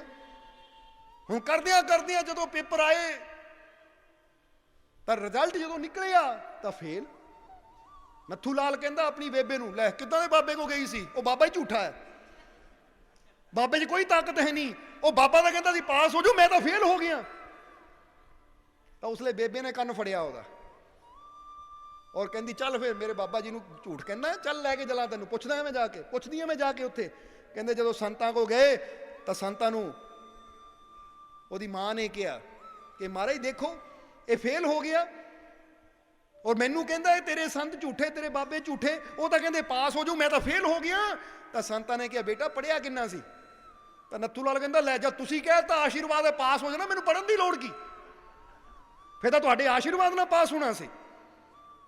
ਤਾਂ ਹੁਣ ਜ਼ਰਾ ਆਪ ਸੋਚੋ, ਇਹਦੇ 'ਚ ਕਿਸੇ ਸੰਤ ਦਾ ਦੋਸ਼ ਹੈ, ਇਹਦੇ 'ਚ ਕਿਸਮਤ ਦਾ ਦੋਸ਼ ਹੈ, ਜਾਂ ਬੰਦੇ ਦਾ ਆਪਣਾ ਦੋਸ਼ ਹੈ? ਅੱਜ ਬੰਦੇ ਦੇ ਹਾਲਾਤ ਵੀ ਇਹੀ ਹੈ ਕਿ ਆਪ ਸਾਨੂੰ ਕੋਈ ਕੋਸ਼ਿਸ਼ ਨਾ ਕਰਨੀ ਪਵੇ, ਆਪ ਸਾਨੂੰ ਮਿਹਨਤ ਨਾ ਕਰਨੀ ਪਵੇ, ਬਸ ਸੰਤ ਆਸ਼ੀਰਵਾਦ ਦੇਣ ਤਾਂ ਸਾਡਾ ਕੰਮ ਹੋ ਜਾਵੇ। यूं ही नहीं गिरते ख्वाहिशों के फूल झोली में। इसलिए याद रखो कि बैठे बैठे अरदास करी जाइए, बैठे बैठे दुआ करी जाइए, फरियाद करी जाइए, प्रार्थना करी जाइए, मेहनत ना करिए तो जीवन च कभी कामयाबी नहीं मिलेगी। हाँ मेहनत कर और ਉਹਦੇ ਨਾਲ अरदास कर, क्योंकि ਜਦੋਂ मेहनत और अरदास यानी दुआ ये दोनों ही मिल जांदियां है तो जिद्दां समझ लो तेरे दो पैर है ना, एक बंदे का एक पैर है, एक पैर नाल चलेगा तो किन्नी तेज चलेगा, बोलो समझदे हो कि नहीं? एक बंदे का एक पैर है, एक पैर ना किन्नी देर लंगड़ी लंगड़ी चलेगा, वो चलेगा तो जरूर पर इन्नी तेज नहीं चल सकता। पर एक बंदे तो दो ही पैर है, जो दोनों पैरों में चलता है तो दौड़ के जा सकता अपनी मंजिल की तरफ। इसी तरह समझ लो कि इंसान की मेहनत और प्रभु की रहमत और परमात्मा की कृपा ये दो पैरों का काम करती है कि जो दोनों ही पैर साडे मिल जाते सलामत होंगे है तो असीं किसी भी बड़ी तो बड़ी चढ़ाई नूं आसानी नाल चढ़ जाते हैं। इसलिए मेहनत भी एक पैर है और अरदास करनी दुआ करनी भी एक पैर है। हुण कई है वो दुआवां वाले अरदासां वाले पैरों ते खड़े है, मेहनत करनी नहीं बस परमात्मा ही करे। इसलिए इत्थे दो चीज़ां नूं गुरुआं ने जोड़िया है, मेहनत मेरी रहमत तेरी। इसलिए दो चीज़ां नूं जोड़िया है कि ये दो चीज़ां जुड़दियां है तो फिर ही जीवन च कामयाबी मिलती है। इसलिए किस्मत नूं दोष देण दी कोई लोड़ नहीं है, क्योंकि किस्मत रब ने नहीं लिखी। ये गल याद रखो, ये किस्मत की कलम तुहाडे हथ च ही है। जे रब ने किस्मत लिखी हुंदी फिर तो तुसीं मजबूर सी, फिर तो तुसीं मजबूर सी। मजबूर का मतलब कि जो लिख दिता उही होना है। पर तुसीं जरा ਆਪਣੇ ਜੀਵਨ ਨੂੰ ਦੇਖੋ ਕਿ ਤੁਸੀਂ ਆਪਣੀ ਮਰਜ਼ੀ ਨਾਲ ਕੁਝ ਵੀ ਖਾ ਸਕਦੇ ਹੋ, ਆਪਣੀ ਮਰਜ਼ੀ ਨਾਲ ਕੁਝ ਵੀ ਪੀ ਸਕਦੇ ਹੋ, ਆਪਣੀ ਮਰਜ਼ੀ ਨਾਲ ਉੱਠ ਸਕਦੇ ਹੋ, ਆਪਣੀ ਮਰਜ਼ੀ ਨਾਲ ਬੈਠ ਸਕਦੇ ਹੋ, ਆਪਣੀ ਮਰਜ਼ੀ ਨਾਲ ਤੁਸੀਂ ਕਿਤੇ ਵੀ ਜਾ ਸਕਦੇ ਹੋ। ਪਰਮਾਤਮਾ ਨੇ ਕੋਈ ਬੰਦਿਸ਼ ਨਹੀਂ ਰੱਖੀ ਹੋਈ। ਜ਼ਰਾ ਸੋਚੋ, ਜੇ ਪਰਮਾਤਮਾ ਨੇ ਕਿਸਮਤ ਲਿਖੀ ਹੁੰਦੀ ਤਾਂ ਫਿਰ ਤੁਹਾਡੀ ਕਿਸਮਤ ਕੈਸੀ ਹੋਣੀ ਸੀ? ਫਿਰ ਤਾਂ ਤੁਸੀਂ ਠੇਕੇ ਵੱਲ ਜਾਣਾ ਹੀ ਨਹੀਂ ਸੀ, ਫਿਰ ਤਾਂ ਤੁਸੀਂ ਨਸ਼ਿਆਂ ਵੱਲ ਜਾਣਾ ਹੀ ਨਹੀਂ ਸੀ, ਕਿਉਂਕਿ ਰੱਬ ਨੇ ਲਿਖਿਆ ਹੋਣਾ ਸੀ ਭਾਈ ਤੂੰ ਸਿਮਰਨ ਹੀ ਕਰ, ਤੂੰ ਸਤਸੰਗ ਵਿੱਚ ਹੀ ਜਾ, ਬੁਰੇ ਪਾਸੇ ਜਾ ਹੀ ਨਾ। ਫਿਰ ਤਾਂ ਪਰਮਾਤਮਾ ਨੇ ਤੁਹਾਡੀ ਕਿਸਮਤ ਜੇ ਪ੍ਰਭੂ ਨੇ ਲਿਖੀ ਹੁੰਦੀ ਤਾਂ ਕਿਸਮਤ 'ਚ ਕੁਝ ਮਾੜਾ ਹੋਣਾ ਹੀ ਨਹੀਂ ਸੀ, ਕਿਉਂਕਿ ਇੱਕ ਬਾਪ ਕਦੀ ਆਪਣੇ ਬੱਚਿਆਂ ਦੇ ਕਿਸਮਤ 'ਚ ਮਾੜਾ ਲਿਖ ਹੀ ਨਹੀਂ ਸਕਦਾ। ਜਿੱਦਾਂ ਅਸੀਂ ਪਿੱਛੇ ਵੀ ਇਹ ਗੱਲ ਬਾਰੇ ਦੱਸਿਆ ਸੀ, ਤਾਂ ਸਵਾਲ ਕੀਤਾ ਸੀ ਕਿ ਅਗਰ ਤੁਹਾਨੂੰ ਤੁਹਾਡੇ ਬੱਚੇ ਦੀ ਕਿਸਮਤ ਬਾਰੇ ਲਿਖਣ ਦਾ ਮੌਕਾ ਮਿਲੇ ਕਿ ਲੈ ਆ ਕਲਮ ਤੇਰੇ ਹੱਥ 'ਚ, ਆਪਣੇ ਬੱਚੇ ਦੀ ਕਿਸਮਤ ਲਿਖ, ਤਾਂ ਤੁਸੀਂ ਕੀ ਲਿਖੋਗੇ? ਤੁਸੀਂ ਲਿਖੋਗੇ ਦੁੱਖ? ਤੁਸੀਂ ਲਿਖੋਗੇ ਮੇਰੇ ਬੱਚੇ ਦੀ ਕਿਸਮਤ 'ਚ ਨਾਕਾਮਯਾਬੀ ਹੋਵੇ, ਮੇਰਾ ਬੱਚਾ ਫੇਲ ਹੋਵੇ, ਮੇਰੇ ਬੱਚੇ ਨੂੰ ਦੁੱਖ ਆਣ, ਤਕਲੀਫਾਂ ਆਣ? ਨਹੀਂ, ਤੁਸੀਂ ਲਿਖਣਾ ਮੇਰਾ ਬੱਚਾ ਹਰ ਮੁਕਾਮ ਤੇ ਪਾਸ ਹੋਵੇ, ਨੰਬਰ 1 ਹੋਵੇ, ਕਾਮਯਾਬ ਹੋਵੇ, ਇਹਦੇ ਲਾਗੇ ਕੋਈ ਬਿਮਾਰੀ ਨਾ ਆਵੇ, ਸਦਾ ਤੰਦਰੁਸਤ ਰਵੇ, ਜਿਹੜੇ ਵੀ ਮੁਕਾਮ 'ਚ ਜਾਵੇ ਇਹਨੂੰ ਸਫਲਤਾ ਮਿਲੇ। ਤੁਸੀਂ ਚੰਗਾ ਹੀ ਚੰਗਾ ਲਿਖਣਾ ਸੀ, ਕਿਉਂਕਿ ਜਦੋਂ ਬਾਪ ਜਾਂ ਮਾਂ ਨੂੰ ਲਿਖਣ ਦਾ ਮੌਕਾ ਮਿਲੇ ਤਾਂ ਉਹਨਾਂ ਚੰਗਾ ਹੀ ਲਿਖਣਾ ਹੈ। ਤਾਂ ਜੇ ਪਰਮਾਤਮਾ ਦੇ ਹੱਥ 'ਚ ਹੁੰਦਾ ਲਿਖਣਾ, ਤਾਂ ਫਿਰ ਉਹਨਾਂ ਜਿਹੜਾ ਬੰਦਾ ਕਹਿੰਦਾ ਕਿ ਮੇਰੇ ਜੀਵਨ 'ਚ ਬੜੇ ਦੁੱਖ ਹੈ, ਤਾਂ ਇੱਕ ਪਰਮਾਤਮਾ ਨੇ ਦੁੱਖ ਲਿਖਣੇ ਸੀ? ਨਹੀਂ। ਅਗਰ ਸਾਡੇ ਜੀਵਨ 'ਚ ਦੁੱਖ ਹੈ, ਅਗਰ ਅੱਜ ਅਸੀਂ ਕੰਡੇ ਇਕੱਠੇ ਕਰ ਰਹੇ ਹਾਂ, ਤਾਂ ਯਾਦ ਰੱਖੋ ਕਿਤੇ ਨਾ ਕਿਤੇ ਬੀਜ ਕਿੱਕਰ ਦੇ ਆਪ ਹੀ ਅਸੀਂ ਬੋਏ ਹੋਏ ਹੈ। ਇਸ ਲਈ ਹੁਣ ਪਿਛਲੇ ਕਰਮਾਂ ਨੂੰ ਜੋ ਕੀਤੇ ਹੈ ਉਹਨਾਂ ਨੂੰ ਸੋਚਣ ਦੀ ਬਜਾਏ, ਉਹਨਾਂ ਦੀ ਚਿੰਤਾ ਕਰਨ ਦੀ ਬਜਾਏ, ਅਸੀਂ ਅੱਜ ਦੀ ਚਿੰਤਾ ਕਰੀਏ ਕਿ ਅੱਜ ਮੈਂ ਅੱਛਾ ਕੀ ਕਰ ਸਕਦਾ ਹਾਂ, ਅੱਜ ਮੈਂ ਅੱਛਾ ਕਰਾਂ। ਜੇ ਪਿੱਛੇ ਫੇਲ ਹੋ ਗਿਆ, ਜੇ ਪਿੱਛੇ ਨਾਕਾਮਯਾਬ ਹੋ ਗਿਆ, ਤਾਂ ਜਿੱਦਾਂ ਅਸੀਂ ਦੱਸੀਦਾ ਕਿ ਇੱਕ ਬੱਚਾ ਪੇਪਰਾਂ 'ਚ ਫੇਲ ਹੋ ਗਿਆ, ਹੁਣ ਉਹ ਸੋਚੇ ਲੈ ਮੈਂ ਫੇਲ ਹੋ ਗਿਆ, ਮੇਰੀ ਕਿਸਮਤ ਮਾੜੀ, ਮੈਂ ਹੁਣ ਫੇਲ ਹੋ ਗਿਆ, ਹੁਣ ਮੈਂ ਹਿੰਮਤ ਹਾਰ ਕੇ ਬਹਿ ਜਾਵਾਂ, ਤਾਂ ਉਹ 'ਚ ਸਫਲਤਾ ਨਹੀਂ ਹੈ। ਸਫਲਤਾ ਕਾਹਦੇ 'ਚ ਹੈ? ਬੱਚਾ ਸੋਚੇ ਹੁਣ ਫੇਲ ਹੋ ਗਿਆ, ਕੋਈ ਗੱਲ ਨਹੀਂ, ਜੇ ਪਿੱਛੇ ਕਮੀ ਰਹਿ ਗਈ, ਜੋ ਪਿੱਛੇ ਗਲਤੀ ਹੋ ਗਈ, ਹੁਣ ਮੈਂ ਉਹ ਗਲਤੀ ਦੁਬਾਰਾ ਨਹੀਂ ਦੁਹਰਾਣੀ, ਹੁਣ ਮੈਂ ਮਿਹਨਤ ਕਰਨੀ ਹੈ ਤਾਂ ਕਿ ਪਾਸ ਹੋ ਕੇ ਦਿਖਾਵਾਂ। ਸਫਲਤਾ ਇਹਦੇ 'ਚ ਹੈ। ਜੇ ਅੱਜ ਮਿਹਨਤ ਕੀਤੀ, ਕੱਲ ਨੂੰ ਪਾਸ ਹੋ ਸਕਦੇ ਹਾਂ। ਇਸ ਲਈ ਅੱਛੇ ਕਰਮ ਕਰਨ ਤੇ ਜ਼ੋਰ ਦਿਓ, ਕਿਉਂਕਿ ਅੱਛਾ ਕਰਮ ਕਰਨਾ ਤੁਹਾਡੇ ਹੱਥ 'ਚ ਹੈ। ਇਸ ਲਈ ਅਸੀਂ ਦੱਸਿਆ ਕਿਸਮਤ ਤੁਹਾਡੇ ਹੱਥ 'ਚ ਨਹੀਂ, ਔਰ ਜਿਹੜੀ ਚੀਜ਼ ਤੁਹਾਡੇ ਹੱਥ 'ਚ ਨਹੀਂ ਉੱਥੇ ਤੁਸੀਂ ਕੁਝ ਨਹੀਂ ਕਰ ਸਕਦੇ। ਇਸ ਲਈ ਉਹਦੀ ਚਿੰਤਾ ਛੱਡੋ। ਮਿਹਨਤ ਕਰਨਾ ਤੁਹਾਡੇ ਹੱਥ 'ਚ ਹੈ, ਅਰਦਾਸ ਕਰਨਾ, ਪਰਮਾਤਮਾ ਅੱਗੇ ਦੁਆ ਫਰਿਆਦ ਕਰਨਾ ਤੁਹਾਡੇ ਹੱਥ 'ਚ ਹੈ, ਬੇਨਤੀ ਕਰਨਾ ਤੁਹਾਡੇ ਹੱਥ 'ਚ ਹੈ। ਬਸ ਮਿਹਨਤ ਕਰੋ ਔਰ ਆਪਣੇ ਮਾਲਿਕ ਅੱਗੇ ਬੇਨਤੀ ਕਰੋ, ਫਿਰ ਤੁਸੀਂ ਕਾਮਯਾਬ ਵੀ ਜ਼ਰੂਰ ਹੋਵੋਗੇ, ਸਫਲਤਾ ਵੀ ਜ਼ਰੂਰ ਮਿਲੇਗੀ ਤੁਹਾਨੂੰ, ਫਿਰ ਜੀਵਨ 'ਚ ਖੁਸ਼ੀਆਂ ਵੀ ਜ਼ਰੂਰ ਆਣਗੀਆਂ। ਅਗਰ ਅੱਜ ਤੁਸੀਂ ਸਿਮਰਨ ਨਾਲ ਜੁੜਦੇ ਹੋ, ਅੱਜ ਤੁਸੀਂ ਨੇਕ ਭਾਵਨਾ ਆਪਣੇ ਹਿਰਦੇ 'ਚ ਪੈਦਾ ਕਰਕੇ ਨੇਕ ਵਿਚਾਰਾਂ ਨਾਲ ਜੁੜਦੇ ਹੋ, ਅਗਰ ਆਪਣੇ ਦਿਲਾਂ 'ਚੋਂ ਨਫ਼ਰਤ, ਬੈਰ, ਵਿਰੋਧਤਾ ਨੂੰ ਖਤਮ ਕਰਕੇ ਆਪਣੇ ਅੰਦਰ ਨੇਕ ਵਿਚਾਰ ਪੈਦਾ ਕਰਦੇ ਹੋ, ਅੱਛੀ ਭਾਵਨਾ ਲੈ ਕੇ ਤੁਸੀਂ ਅੱਜ ਆਪਣਾ ਕਦਮ ਵਧਾਉਂਦੇ ਹੋ, ਤਾਂ ਤੁਹਾਨੂੰ ਕਾਮਯਾਬੀ ਜ਼ਰੂਰ ਮਿਲੇਗੀ। ਇਸ ਲਈ ਕਿਸਮਤ ਨੂੰ ਦੋਸ਼ ਨਾ ਦਿਓ, ਥੋੜਾ ਆਪਣੇ ਵੱਲ ਧਿਆਨ ਦਿਓ ਕਿ ਅੱਜ ਮੈਂ ਜੋ ਕਰਨਾ ਹੈ ਕੱਲ ਨੂੰ ਉਹੀ ਮੇਰੀ ਕਿਸਮਤ ਬਣਨੀ ਹੈ। ਅੱਜ ਮੈਂ ਅੱਛਾ ਕਰਾਂ, ਅੱਜ ਮੈਂ ਮਿਹਨਤ ਕਰਾਂ, ਤਾਂ ਕੱਲ ਮੇਰੇ ਜੀਵਨ 'ਚ ਕਾਮਯਾਬੀ ਜ਼ਰੂਰ ਹੋਏਗੀ। ਅਗਰ ਅੱਜ ਮੈਂ ਕੁਝ ਬੁਰਾ ਕਰਦਾ ਹਾਂ, ਤਾਂ ਕੱਲ ਨੂੰ ਫਿਰ ਮੇਰੇ ਨਾਲ ਬੁਰਾ ਹੀ ਹੋਏਗਾ। ਇਸ ਲਈ ਅਸੀਂ ਦੱਸਿਆ ਕਿ ਜੇ ਅੱਜ ਕੋਈ ਜ਼ਹਿਰ ਪੀਏਗਾ, ਤਾਂ ਕੱਲ ਨੂੰ ਉਹਦੀ ਕਿਸਮਤ 'ਚ ਕੀ ਹੋਏਗਾ? ਮੌਤ, ਮ੍ਰਿਤਿੂ। ਬੋਲੋ ਇਹੀ ਹੋਣਾ। ਬੰਦਾ ਆਪਣੀ ਕਿਸਮਤ ਆਪ ਹੀ ਲਿਖ ਲੈਂਦਾ ਹੈ। ਜੇ ਅੱਜ ਬੰਦਾ ਕਵੇ ਮੈਂ ਕੁਤਬ ਮੀਨਾਰ ਤੋਂ ਚੜ੍ਹ ਕੇ ਛਾਲ ਮਾਰ ਦੇਵਾਂ, ਫਿਰ ਉਹਦੀ ਕਿਸਮਤ 'ਚ ਅੱਗੇ ਕੀ ਹੋਏਗਾ? ਲੱਤ ਬਾਂਹ ਤੁੜਾਣੀ ਜਾਂ ਮੌਤ। ਹੁਣ ਉਹਨੂੰ ਬੰਦਾ ਦੋਸ਼ ਨਹੀਂ ਦੇ ਸਕਦਾ ਕਿ ਰੱਬ ਨੇ ਲਿਖਿਆ ਸੀ ਤਾਂ। ਹੁਣ ਫਰਜ਼ ਕਰੋ ਆ ਸਾਹਮਣੇ ਇਹ ਚਵਾਰੇ ਤੇ ਖੜ ਕੇ ਬੰਦਾ ਇਦਾਂ ਵੀ ਛਾਲ ਮਾਰ ਸਕਦਾ ਹੈ, ਲੱਤ ਬਾਂਹ ਵੀ ਤੁੜਾ ਸਕਦਾ ਹੈ, ਤਾਂ ਜਾਂ ਬੰਦਾ ਪੌੜੀਆਂ ਰਾਹੀਂ ਉਤਰ ਕੇ ਸਹੀ ਸਲਾਮਤ ਥੱਲੇ ਵੀ ਆ ਸਕਦਾ ਹੈ। ਇਹ ਤੁਹਾਡੀ ਸਮਝ ਹੈ ਕਿ ਤੁਸੀਂ ਇਹਦਾ ਕਿੱਦਾਂ ਇਸਤੇਮਾਲ ਕਰਨਾ ਹੈ। ਇਸ ਲਈ ਪਰਮਾਤਮਾ ਨੇ ਸਾਨੂੰ ਅਕਲ ਦਿੱਤੀ ਹੈ, ਬੁੱਧੀ ਦਿੱਤੀ ਹੈ ਕਿ ਅਸੀਂ ਆਪਣੀ ਬੁੱਧੀ ਦਾ ਇਸਤੇਮਾਲ ਕਰੀਏ ਕਿ ਮੈਂ ਉਸ ਰਸਤੇ ਚਲਾਂ ਜਿਸ ਰਸਤੇ ਮੈਂ ਆਪਣੀ ਮੰਜ਼ਿਲ ਤੱਕ ਵੀ ਪਹੁੰਚ ਜਾਵਾਂ ਔਰ ਜੀਵਨ 'ਚ ਕਾਮਯਾਬ ਵੀ ਹੋਵਾਂ। ਮੈਂ ਉਹ ਰਸਤਾ ਨਾ ਅਪਣਾਵਾਂ ਜਿਸ ਰਸਤੇ ਚੱਲ ਕੇ ਮੈਂ ਬਰਬਾਦ ਹੋ ਜਾਵਾਂ। ਨਸ਼ਿਆਂ ਦੇ, ਬੁਰਾਈਆਂ ਦੇ ਮਾਰਗ ਤੇ ਮੈਂ ਚਲਾਂਗਾ ਤਾਂ ਫਿਰ ਮੇਰੇ ਜੀਵਨ 'ਚ ਦੁੱਖਾਂ ਤੋਂ ਸਿਵਾ ਕੁਝ ਨਹੀਂ ਆਏਗਾ। ਇਸ ਲਈ ਸਮਝੋ ਸਾਰੇ ਜੀਵ। ਇਸ ਲਈ ਇਹਨੂੰ ਕਹਿੰਦੇ ਆਪਣੀ ਕਿਸਮਤ ਦਾ ਦੀਆ ਖੁਦ ਹੀ ਜਲਾना ਹੋਗਾ ਕਿ ਅੱਜ ਅਗਰ ਜੀਵਨ 'ਚ ਦੁੱਖ ਹੈ ਤਾਂ ਆਪਣੀ ਕਿਸਮਤ ਦੇ ਦੀਏ ਨੂੰ ਤੁਸੀਂ ਖੁਦੇ ਜਲਾ ਸਕਦੇ ਹੋ ਮਿਹਨਤ ਕਰਕੇ। ਮਿਹਨਤ ਕਰਕੇ ਬੁਝੇ ਹੋਏ ਦੀਵੇ ਵੀ ਜਗਾਏ ਜਾ ਸਕਦੇ ਹੈ। ਗੱਲ ਤਾਂ ਮਿਹਨਤ ਦੀ ਹੈ ਨਾ, ਇਸ ਲਈ ਸਮਝੋ ਸਾਰੇ ਜੀ। ਔਰ ਆ ਜਾਈਏ ਹੁਣ ਸੁਲਤਾਨ ਵਾਹੂ ਦੇ ਵਚਨ ਤੇ, ਔਰ ਸਮਾਂ ਕਾਫੀ ਹੋ ਗਿਆ, ਫਿਰ ਸਤਸੰਗ ਦੀ ਸਮਾਪਤੀ ਤਰਫ ਚਲੀਏ ਕਿ ਚੱਲ ਦਿਲਾ ਚੱਲ ਵੇਖਣ ਚਲੀਏ ਜਿਹੜੇ ਸਿਦਕ ਈਮਾਨ ਦੇ ਪੱਕੇ ਹੂ, ਹਰ ਸਾਹ ਨਾਲ ਰੱਬ ਦੀ ਬੰਦਗੀ ਕਰਦੇ ਨਾ ਬੰਦਗੀ ਕਰਦੇ ਥੱਕੇ ਹੂ। ਕਿ ਚੱਲ ਦੇਖਣ ਚਲੀਏ ਜੋ ਸਿਦਕ ਈਮਾਨ ਦੇ ਪੱਕੇ ਹੂ। ਇੱਥੇ ਸੁਲਤਾਨ ਵਾਹੂ ਨੇ ਕਿਹਾ ਕਿ ਦੁਨੀਆ ਤੇ ਇਨਸਾਨ ਤਾਂ ਬਹੁਤ ਹੈ, ਦੁਨੀਆ ਤੇ ਲੋਕ ਤਾਂ ਬਹੁਤ ਮਿਲਦੇ ਹੈ, ਪਰ ਐਸਾ ਇਨਸਾਨ ਮਿਲਣਾ ਬੜਾ ਔਖਾ ਹੈ ਜਿਹੜਾ ਸਿਦਕ ਈਮਾਨ ਦਾ ਪੱਕਾ ਹੋਵੇ। ਬੋਲੋ ਸਮਝਦੇ ਹੋ ਕਿ ਨਹੀਂ? ਸਿਦਕ ਈਮਾਨ, ਆਪਣੇ ਪ੍ਰਮਾਤਮਾ ਤੇ ਆਪਣੇ ਪ੍ਰਭੂ ਤੇ ਇਹਨੂੰ ਯਕੀਨ ਹੋਵੇ। ਕਿਉਂਕਿ ਸਿਦਕ ਜਿੱਥੇ ਵਿਸ਼ਵਾਸ ਵੀ ਆ ਜਾਂਦਾ ਹੈ, ਪ੍ਰੇਮ ਵੀ ਆ ਜਾਂਦਾ ਹੈ। ਜਿਹਨੂੰ ਕਹਿੰਦੇ ਨਾ ਜਿੱਥੇ ਪ੍ਰੇਮ ਵਿਸ਼ਵਾਸ ਭਰੋਸਾ ਇਕੱਠਾ ਹੋ ਜਾਂਦਾ ਹੈ, ਉੱਥੇ ਸਿਦਕ ਬਣਦਾ ਹੈ। ਇੱਕ ਬੰਦਾ ਕਹਿੰਦਾ ਮੈਨੂੰ ਵਿਸ਼ਵਾਸ ਹੈ, ਭਰੋਸਾ ਹੈ। ਹੁਣ ਜਿੱਥੇ ਭਰੋਸਾ ਵਿਸ਼ਵਾਸ ਪ੍ਰੇਮ ਇਕੱਠੇ ਹੋ ਜਾਂਦੇ ਹੈ, ਉੱਥੇ ਬਣ ਜਾਂਦਾ ਹੈ ਸਿਦਕ। ਔਰ ਐਸਾ ਇਨਸਾਨ ਉਹ ਕਹਿੰਦੇ ਵਿਰਲਾ ਹੀ ਮਿਲਦਾ ਹੈ ਜਿਹਨੂੰ ਆਪਣੇ ਪ੍ਰਮਾਤਮਾ ਤੇ ਆਪਣੇ ਪ੍ਰਭੂ ਤੇ ਪੂਰਾ ਯਕੀਨ ਹੋਵੇ। ਇਸ ਲਈ ਕਹਿੰਦੇ ਚੱਲ ਦੇਖੀਏ ਐਸਾ ਕੋਈ ਜਿਹੜਾ ਸਿਦਕ ਈਮਾਨ ਦਾ ਪੱਕਾ ਹੋਵੇ, ਜਿਹੜਾ ਆਪਣੇ ਪ੍ਰਮਾਤਮਾ ਨਾਲ ਆਪਣੇ ਪ੍ਰਭੂ ਨਾਲ ਦਿਲੋਂ ਜੁੜਿਆ ਹੋਵੇ। ਕਿਉਂਕਿ ਈਮਾਨ ਦਾ ਮਤਲਬ ਇਹ ਨਹੀਂ ਹੁੰਦਾ ਕਿ ਕੋਈ ਹਿੰਦੂ ਕੋਈ ਮੁਸਲਮਾਨ ਕੋਈ ਕਿਸੇ ਧਰਮ ਨਾਲ। ਈਮਾਨ ਦਾ ਮਤਲਬ ਹੁੰਦਾ ਹੈ ਜਿੱਦਾਂ ਬੰਦਾ ਕਹਿੰਦਾ ਹੈ ਕਿ ਕਿਸੇ ਨੇ ਪ੍ਰੋਮਿਸ ਕਰ ਲਿਆ ਨਾ ਤੂੰ ਤਾਂ ਆਪਣੇ ਈਮਾਨ ਤੇ ਕਾਇਮ ਰਹੀਂ, ਸੱਚਾਈ ਤੇ ਕਾਇਮ ਰਹੀਂ, ਉਹ ਵਾਅਦਾ ਤੋੜੀ ਨਾ। ਕਿਉਂਕਿ ਜੇ ਤੋੜ ਦਿੱਤਾ ਤਾਂ ਈਮਾਨ ਦਾ ਕੱਚਾ ਹੈ। ਇਸ ਲਈ ਇਹਨੂੰ ਇਮਾਨਦਾਰੀ ਵੀ ਕਹਿ ਦਿੱਤਾ ਜਾਂਦਾ ਹੈ। ਜਿੱਦਾਂ ਬੰਦਾ ਕਹਿੰਦਾ ਨਾ ਆਹ ਚੀਜ਼ ਤੈਨੂੰ ਦਿੱਤੀ ਹੈ ਅਮਾਨਤ, ਤਾਂ ਜੇ ਤੂੰ ਇਹਦੇ 'ਚ ਖਿਆਨਤ ਕਰ ਦਿੱਤੀ ਯਾਨੀ ਇਹ ਮੇਰੇ ਨਾਲ ਧੋਖਾ ਕਰ ਲਿਆ, ਤਾਂ ਫਿਰ ਤੂੰ ਇਮਾਨਦਾਰ ਨਹੀਂ ਹੈ। ਈਮਾਨ ਦਾ ਮਤਲਬ ਕਿਸੇ ਧਰਮ ਨਾਲ ਨਹੀਂ ਹੈ, ਈਮਾਨ ਦਾ ਮਤਲਬ ਹੈ ਸੱਚਾਈ ਦੇ ਨਾਲ, ਕਿ ਤੁਸੀਂ ਸੱਚੇ ਹੋਣਾ ਚਾਹੀਦੇ ਹੋ। ਤੁਹਾਡੇ ਅੰਦਰ ਕਿਸੇ ਨੂੰ ਦੁੱਖ ਦੇਣ ਦੀ ਭਾਵਨਾ ਨਹੀਂ ਹੋਣੀ ਚਾਹੀਦੀ, ਕਿਸੇ ਨੂੰ ਤਕਲੀਫ ਦੇਣ ਦੀ ਭਾਵਨਾ ਨਹੀਂ ਹੋਣੀ ਚਾਹੀਦੀ, ਕਿਸੇ ਨਾਲ ਹੇਰਾ ਫੇਰੀ ਕਰਨ ਦੀ ਭਾਵਨਾ ਨਹੀਂ ਹੋਣੀ ਚਾਹੀਦੀ।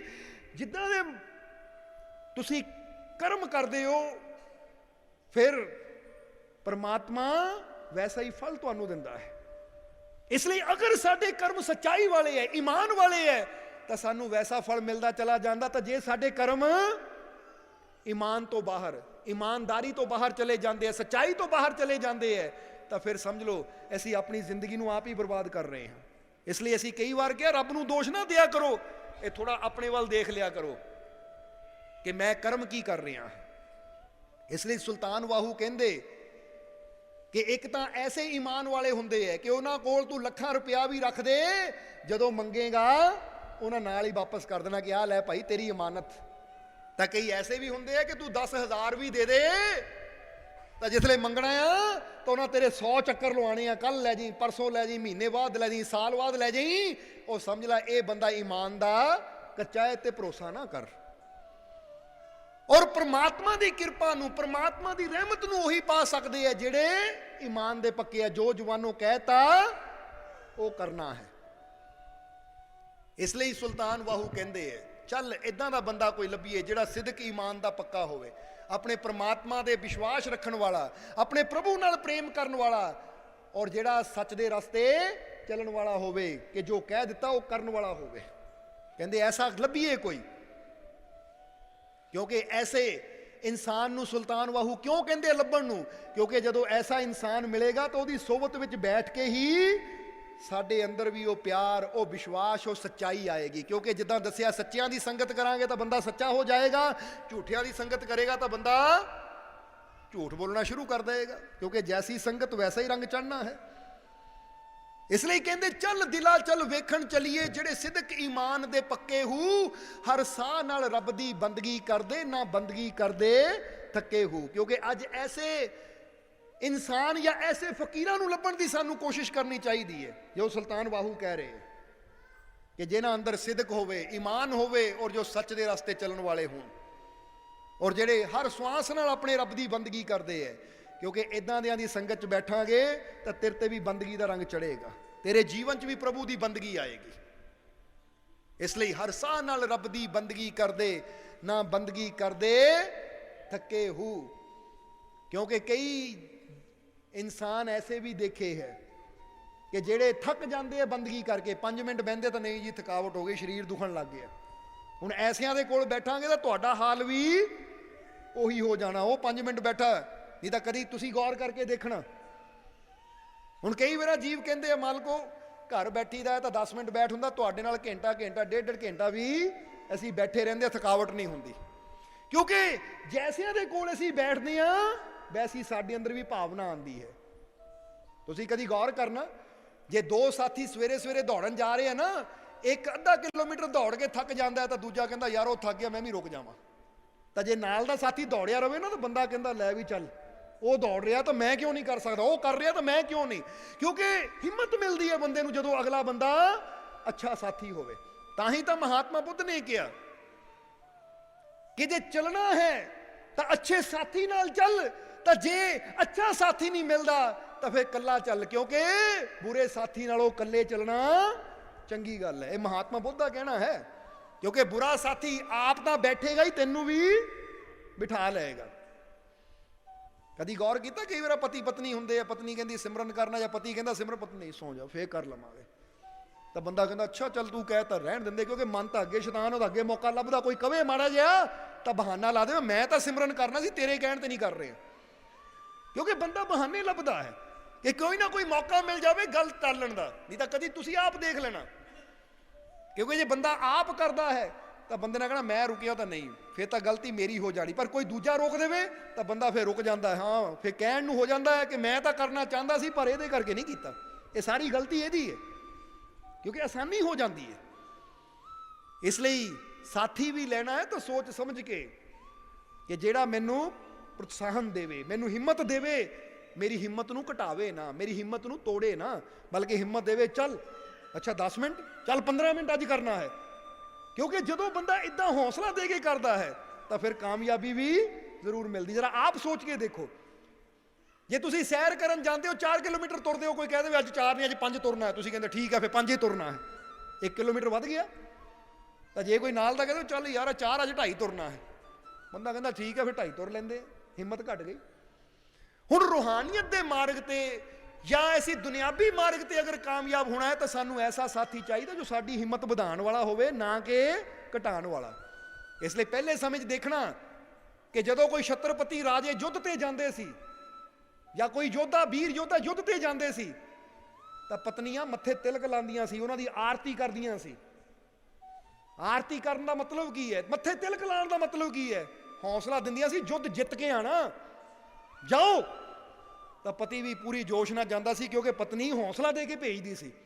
ਤਾਂ ਅੱਜ ਕੱਲ੍ਹ ਕੀ ਹੁੰਦਾ ਹੈ, ਜੇ ਪਤੀ ਨੇ ਵਿਦੇਸ਼ ਹੀ ਜਾਣਾ ਹੋਵੇ ਪਤਨੀ ਰੋਣ ਲੱਗ ਪੈਂਦੀ ਹੈ, ਮਾਂ ਰੋਣ ਲੱਗ ਪੈਂਦੀ, ਫਿਰ ਕਹਿੰਦੇ ਸਾਡੇ ਬੱਚੇ ਦਾ ਦਿਲ ਨਹੀਂ ਉੱਥੇ ਲੱਗਦਾ, ਸਾਡਾ ਬੱਚਾ ਵਾਪਸ ਆਉਣਾ ਚਾਹੁੰਦਾ ਹੈ, ਉਹ ਮਨ ਨਹੀਂ ਟਿਕਾਉਂਦਾ। ਮਨ ਟਿਕਾਣਾ ਕੀ ਹੈ? ਤੁਸੀਂ ਕਿਹੜੀ ਭਾਵਨਾ ਨਾਲ ਭੇਜਿਆ ਉਹਨੂੰ? ਮੰਨ ਗਈ ਤਾਂ ਬੱਚਾ ਦੂਰ ਜਾ ਰਿਹਾ, ਦਿਲ ਨਹੀਂ ਲੱਗਣਾ, ਦਿਲ ਨਹੀਂ ਲੱਗਣਾ, ਬੱਚੇ ਦੀ ਭਾਵਨਾ ਵੀ ਵੈਸੀ ਹੋ ਜਾਂਦੀ ਹੈ, ਫਿਰ ਉਹ ਕਾਮਯਾਬ ਕਿੱਦਾਂ ਹੋਏਗਾ? ਫਿਰ ਉਹ ਵਾਪਸ ਆਏਗਾ ਤਾਂ ਫੇਰ ਕਹਿਣਾ ਲੈ ਜੀ ਸਾਡਾ ਮੁੰਡਾ ਕਾਮਯਾਬ ਨਹੀਂ ਹੁੰਦਾ, ਸਾਡਾ ਪਤੀ ਕਾਮਯਾਬ ਨਹੀਂ ਹੁੰਦਾ। ਕਿਉਂਕਿ ਸਾਡੀਆਂ ਭਾਵਨਾਵਾਂ ਦਾ ਅਸਰ ਦੂਸਰੇ ਤੇ ਜ਼ਰੂਰ ਪੈਂਦਾ ਹੈ। ਤੁਸੀਂ ਆਪ ਦੇਖ ਲੈਣਾ, ਜੇ ਤੁਸੀਂ ਸ਼ਹਿਰ ਤੱਕ ਕਿਤੇ ਵੀ ਜਾਣਾ ਹੋਵੇ, ਤੁਹਾਡੀ ਪਤਨੀ ਜਾਂ ਤੁਹਾਡੀ ਮਾਂ ਤੁਹਾਨੂੰ ਰੋਣ ਲੱਗ ਪਵੇ ਗੱਲ ਲਾ ਕੇ, ਪੁੱਤ ਨਾ ਜਾ ਯਾਰ ਨਾ ਜਾ ਮੇਰਾ ਦਿਲ ਨਹੀਂ ਲੱਗਣਾ, ਪਤਨੀ ਕਹਿ ਦੇਵੇ ਪਤੀ ਨੂੰ, ਤਾਂ ਤੁਸੀਂ ਪਾਓਗੇ ਪਤੀ ਜਾਏਗਾ ਤਾਂ ਸਹੀ ਪਰ ਉਹਦਾ ਮਨ ਜਿਹੜਾ ਪਿੱਛੇ ਹੀ ਰਹੇਗਾ, ਹਾਏ ਉਹ ਰੋਂਦੇ ਐ, ਵਾਪਸ ਮੁੜ ਜਾਵਾਂ, ਜਲਦੀ ਮੁੜ ਜਾਵਾਂ। ਫਿਰ ਕਾਮਯਾਬ ਕਿੱਦਾਂ ਹੋਏਗਾ? ਸੋਚ ਕੇ ਦੇਖੋ ਜ਼ਰਾ, ਇਹ ਗੱਲਾਂ ਥੋੜੀਆਂ ਵਿਚਾਰ ਕਰਨ ਵਾਲੀਆਂ ਹੈ ਕਿ ਕਾਮਯਾਬ ਉਦੋਂ ਹੀ ਬੰਦਾ ਹੁੰਦਾ ਜਦੋਂ ਨਾਲ ਦਾ ਸਾਥੀ ਹੌਸਲਾ ਦੇਣ ਵਾਲਾ ਹੋਵੇ ਕਿ ਜਾ ਫਤਿਹ ਕਰਕੇ ਆਈ, ਜਿੱਤ ਕੇ ਆਈ, ਕਾਮਯਾਬ ਹੋ ਕੇ ਆਈ, ਮੈਂ ਤੇਰਾ ਇੰਤਜ਼ਾਰ ਕਰ ਰਿਹਾ। ਫਿਰ ਬੰਦਾ ਵੀ ਜਾਂਦਾ ਹੈ ਕਿ ਮੈਨੂੰ ਇਸ ਭਾਵਨਾ ਨਾਲ ਭੇਜ ਰਿਹਾ, ਮੈਂ ਕਾਮਯਾਬ ਹੋ ਕੇ ਹੀ ਆਣਾ ਹੈ, ਫਿਰ ਬੰਦਾ ਕਾਮਯਾਬ ਹੁੰਦਾ ਹੈ। ਇਸ ਲਈ ਇੱਥੇ ਥੋੜੀ ਦੂਰ ਜਾਣ ਲੱਗੇ ਮਾਵਾਂ ਕਰ ਲੱਗ ਪੈਂਦੀਆਂ ਹੈ, ਜਾਂ ਇੱਕ ਦੂਜੇ ਨਾਲ ਪ੍ਰੇਮ ਕਰਨ ਵਾਲੇ ਪਤੀ ਪਤਨੀ ਕਰ ਲੱਗ ਪੈਂਦੇ, ਫਿਰ ਕਹਿੰਦੇ ਕਾਮਯਾਬ ਨਹੀਂ ਹੁੰਦੇ। ਤਾਂ ਉਹ ਵੀ ਸੋਚੋ ਉਹ ਸ਼ੂਰਵੀਰ ਕੈਸੇ ਸੀ ਕਿ ਜਿਹਨੇ ਮੱਥੇ ਤਿਲਕ ਲਾ ਕੇ ਜੰਗ ਤੇ ਭੇਜ ਰਹੇ ਸੀ, ਇਹ ਵੀ ਨਹੀਂ ਪਤਾ ਕਿ ਮੁੜ ਕੇ ਜੀਂਦੇ ਨੇ ਆਣਾ ਵੀ ਹੈ ਜਾਂ ਨਹੀਂ, ਪਰ ਜਾਓ ਹੌਸਲਾ ਦੇ ਕੇ ਭੇਜਦੇ ਸੀ। ਕਿਉਂਕਿ ਜਦੋਂ ਬੰਦਾ ਕੋਈ ਵੀ ਚੀਜ਼ ਹੌਸਲੇ ਨਾਲ ਕਰਦਾ ਹੈ ਤਾਂ ਉਹਦੇ ਚਾਂਸ ਜਿੱਤਣ ਦੇ, ਕਾਮਯਾਬ ਹੋਣ ਦੇ ਵੱਧ ਜਾਂਦੇ ਹੈ। ਤਾਂ ਜਦੋਂ ਬੰਦਾ ਨਿਰਾਸ਼ ਹੋ ਕੇ ਜਾਏਗਾ ਤਾਂ ਫਿਰ ਪਹਿਲਾਂ ਹੀ ਅਸੀਂ ਹਾਰ ਉਹਦੇ ਗਲ 'ਚ ਪਾ ਦਿੱਤੀ, ਕਿਉਂਕਿ ਕਾਮਯਾਬ ਹੋਣ ਦੇ ਚਾਂਸ ਹੀ ਖਤਮ ਹੋ ਗਏ।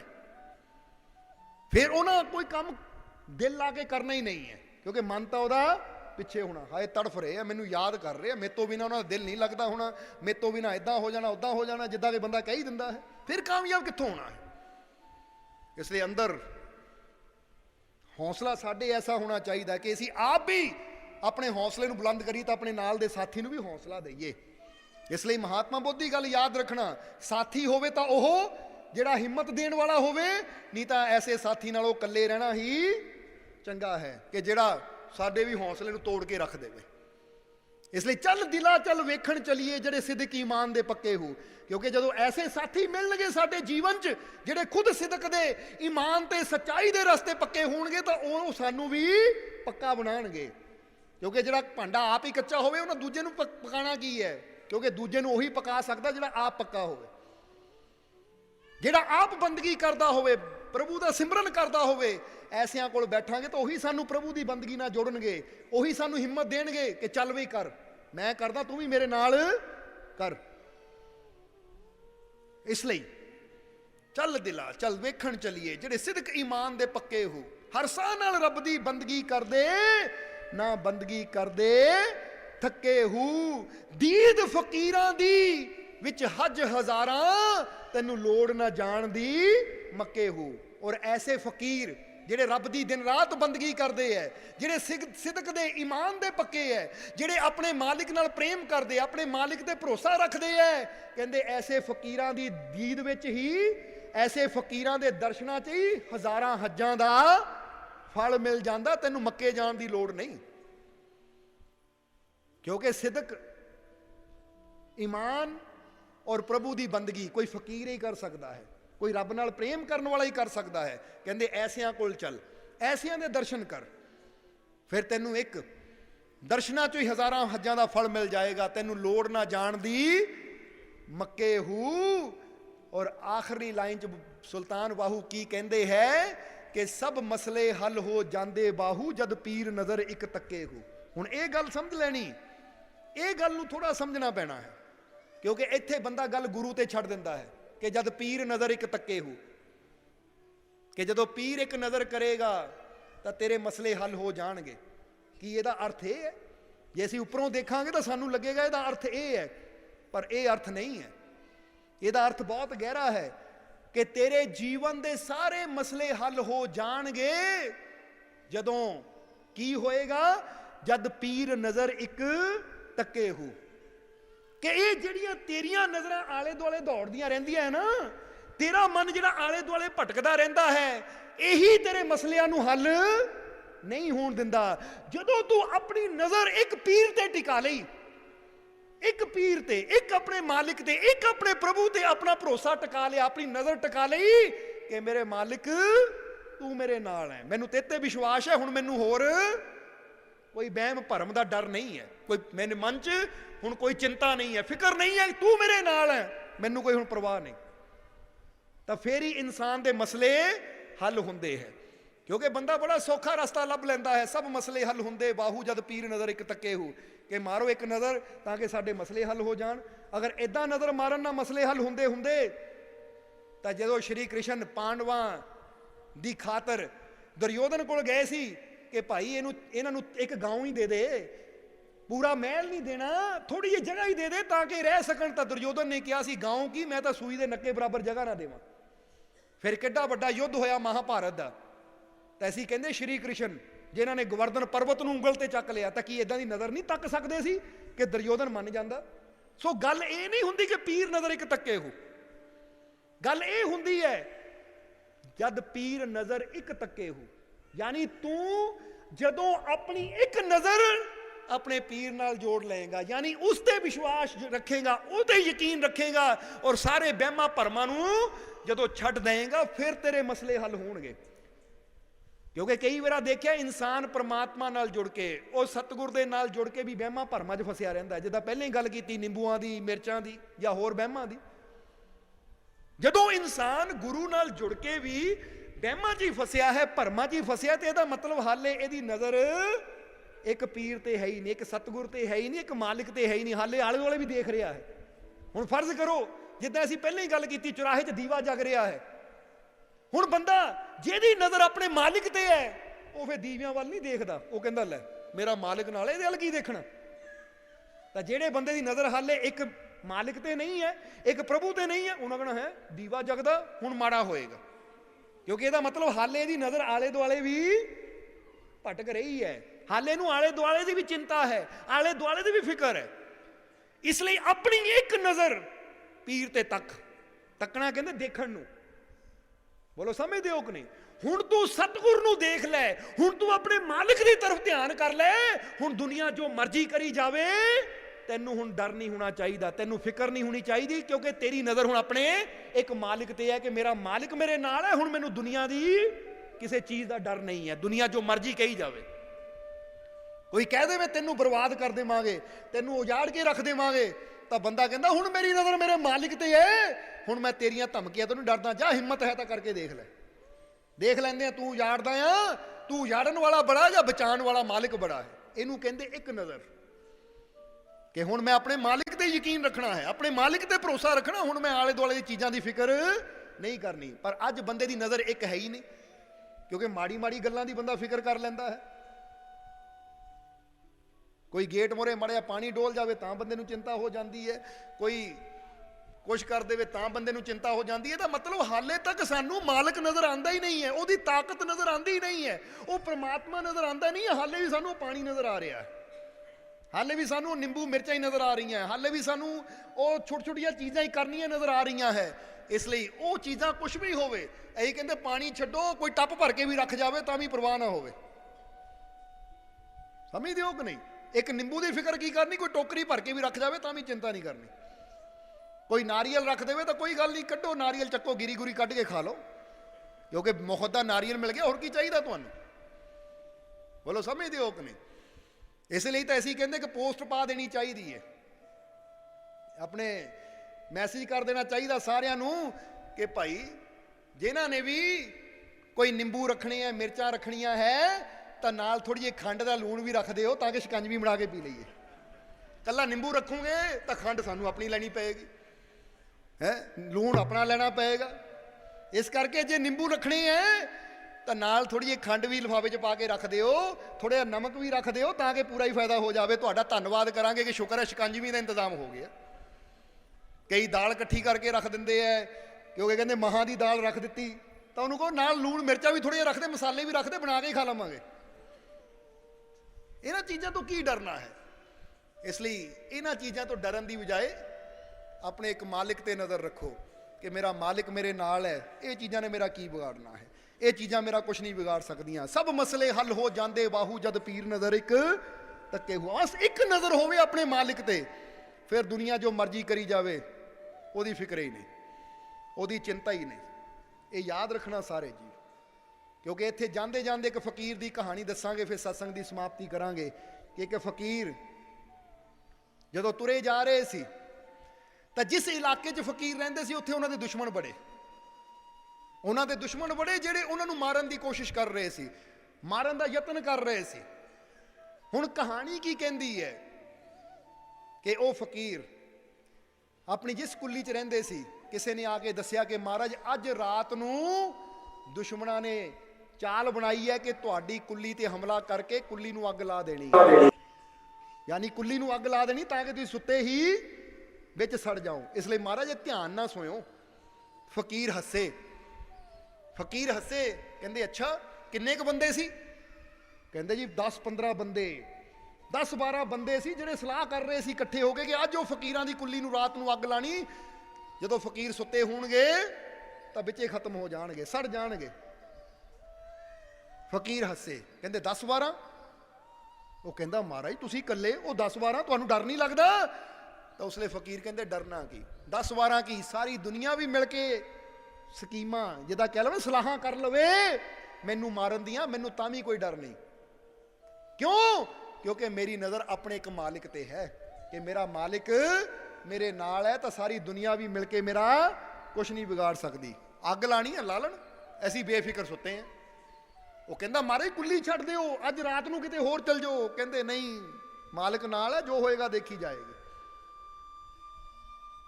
ਔਰ ਕਹਾਣੀ ਕੀ ਕਹਿੰਦੀ ਹੈ, ਇਹ ਸਿਰਫ ਸਾਨੂੰ ਸਮਝਾਉਣ ਵਾਸਤੇ, ਕਿਉਂਕਿ ਕੁਝ ਕਹਾਣੀਆਂ ਹੁੰਦੀਆਂ ਹੈ ਸੱਚ ਬੇਸ਼ੱਕ ਨਾ ਹੋਣ ਪਰ ਜੋ ਸਿੱਖਿਆ ਹੁੰਦੀ ਹੈ, ਸਮਝਾਉਣ ਵਾਸਤੇ ਉਹਦੀ ਇੱਕ ਸਿੱਖਿਆ ਹੁੰਦੀ ਹੈ ਕਿ ਫਕੀਰ ਕਹਿੰਦੇ ਫਿਕਰ ਕਾਦੀ, ਜਦ ਮਾਲਿਕ ਨਾਲ ਹੈ ਮੈਂ ਕਿਉਂ ਚਿੰਤਾ ਕਰਾਂ। ਫਕੀਰ ਚਾਦਰ ਤਾਣ ਕੇ ਸੌਂ ਗਏ।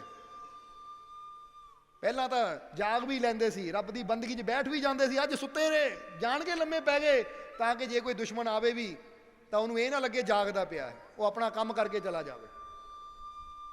ਹੁਣ ਕਹਿੰਦੇ ਹੈ ਕਿ ਦੁਸ਼ਮਣ ਆਏ ਜਗਦੀਆਂ ਹੋਈਆਂ ਮਸਾਲਾਂ ਲੈ ਕੇ ਕਿ ਇਹ ਕੁੱਲੀ ਨੂੰ ਸਾੜਨਾ ਹੈ, ਇਹ ਕੁੱਲੀ ਨੂੰ ਅੱਗ ਲਾਣੀ ਹੈ, ਤਾਂ ਫਕੀਰ ਆਰਾਮ ਨਾ ਪਏ ਹੈ। ਤਾਂ ਉੱਥੇ ਹੁਣ ਸਮਝਣ ਵਾਲੀ ਗੱਲ ਹੈ ਕਿ ਫਕੀਰ ਬੇਸ਼ੱਕ ਚਾਦਰ ਲੈ ਕੇ ਮੂੰਹ ਤੇ ਪਿਆ ਹੈ, ਪਰ ਉਹਦਾ ਮਾਲਿਕ ਤਾਂ ਦੇਖ ਰਿਹਾ ਹੈ ਨਾ ਕਿ ਕੀ ਹੋ ਰਿਹਾ ਹੈ, ਕਿਉਂਕਿ ਦੇਖਣ ਵਾਲਾ ਤਾਂ ਬੇਅੰਤ ਹੈ। ਔਰ ਕਹਾਣੀ ਕਹਿੰਦੀ ਹੈ ਕਿ ਜਦੋਂ ਮਿਸਾਲਾਂ ਲੈ ਕੇ ਆ ਰਹੇ ਸੀ ਤਾਂ ਉਸ ਵੇਲੇ ਹੀ ਐਸੀ ਬਰਸਾਤ ਸ਼ੁਰੂ ਹੋ ਗਈ ਕਿ ਉਹਨਾਂ ਦੀਆਂ ਮਸਾਲਾਂ ਬੁਝ ਗਈਆਂ। ਆਏ ਸੀ ਕੁੱਲੀ ਨੂੰ ਸਾੜਨ, ਮਸਾਲਾਂ ਬੁਝ ਗਈਆਂ। ਹੁਣ ਅਸੀਂ ਇਹ ਦੱਸਣਾ ਕੀ ਚਾਹੁੰਦੇ ਹਾਂ? ਅਸੀਂ ਇੱਥੇ ਸਿਰਫ ਤੁਹਾਨੂੰ ਇਹ ਸਮਝਾਉਣਾ ਚਾਹੁੰਦੇ ਹਾਂ ਕਿ ਜੇ ਇਨਸਾਨ ਦੁਨੀਆ ਦੇ ਬਾਰੇ ਸੋਚੇ, ਉਹ ਸਲਾਹਾਂ ਕਰ ਰਿਹਾ ਤੈਨੂੰ ਬੁਰਾ ਕਰਨ ਦਾ, ਤੇਰਾ ਨੁਕਸਾਨ ਕਰਨ ਦਾ, ਤਾਂ ਜੇ ਫਕੀਰ ਰੱਬ ਤੇ ਯਕੀਨ ਨਾ ਕਰਦੇ ਤਾਂ ਡਰ ਜਾਣਾ ਸੀ, ਫਿਰ ਉਹਨਾਂ ਨੇ ਚਿੰਤਾ 'ਚ ਪੈ ਜਾਣਾ ਸੀ। ਔਰ ਚਿੰਤਾ ਵਿੱਚ ਨੀਂਦ ਕਿੱਥੋਂ ਆਉਂਦੀ ਹੈ? ਫਿਰ ਤਾਂ ਬੰਦਾ ਦੌੜਨ ਦੀ ਕੋਸ਼ਿਸ਼ ਕਰਦਾ ਹੈ। ਪਰ ਫਕੀਰ ਕਹਿੰਦੇ ਮੈਨੂੰ ਕੋਈ ਚਿੰਤਾ ਨਹੀਂ, ਕਿਉਂਕਿ ਮੇਰਾ ਮਾਲਿਕ ਮੇਰੇ ਨਾਲ ਹੈ। ਕਿਉਂਕਿ ਅੱਜ ਇਹ ਘਰ ਛੱਡ ਕੇ ਦੌੜਾਂਗਾ, ਕਿਤੇ ਹੋਰ ਜਾਊਂਗਾ, ਉੱਥੇ ਫਿਰ ਦੁਸ਼ਮਣ ਹੋਣਗੇ, ਫਿਰ ਉਹ ਛੱਡ ਕੇ ਹੋਰ ਦੌੜਾਂਗਾ, ਫਿਰ ਤਾਂ ਸਾਰੀ ਜ਼ਿੰਦਗੀ ਦੌੜਦੇ ਦੀ ਲੰਘ ਜਾਏਗੀ। ਇਸ ਲਈ ਮੈਂ ਦੌੜਨਾ ਨਹੀਂ ਹੈ। ਠੀਕ ਹੈ ਮੇਰੇ ਚਾਰੋਂ ਤਰਫ ਦੁਸ਼ਮਣ ਹੈ, ਪਰ ਮੈਨੂੰ ਆਪਣੇ ਮਾਲਿਕ ਤੇ ਯਕੀਨ ਹੈ ਕਿ ਮੈਨੂੰ ਬਚਾਉਣ ਵਾਲਾ, ਮੇਰੀ ਰੱਖਿਆ ਕਰਨ ਵਾਲਾ ਮੇਰੇ ਨਾਲ ਹੈ। ਇਹ ਯਕੀਨ ਬੜਾ ਹੋਣਾ ਚਾਹੀਦਾ ਹੈ। ਜਿਹਨੂੰ ਇਦਾਂ ਯਕੀਨ ਹੈ ਆਪਣੇ ਮਾਲਿਕ ਤੇ ਕਿ ਮੈਨੂੰ ਬਚਾਉਣ ਵਾਲਾ ਮੇਰਾ ਮਾਲਿਕ ਨਾਲ ਹੈ, ਫਿਰ ਬੇਸ਼ੱਕ ਚਾਰੋਂ ਪਾਸੇ ਦੁਸ਼ਮਣ ਹੋਣ, ਉਹਨੂੰ ਕੋਈ ਡਰ ਨਹੀਂ ਰਹਿ ਜਾਂਦਾ।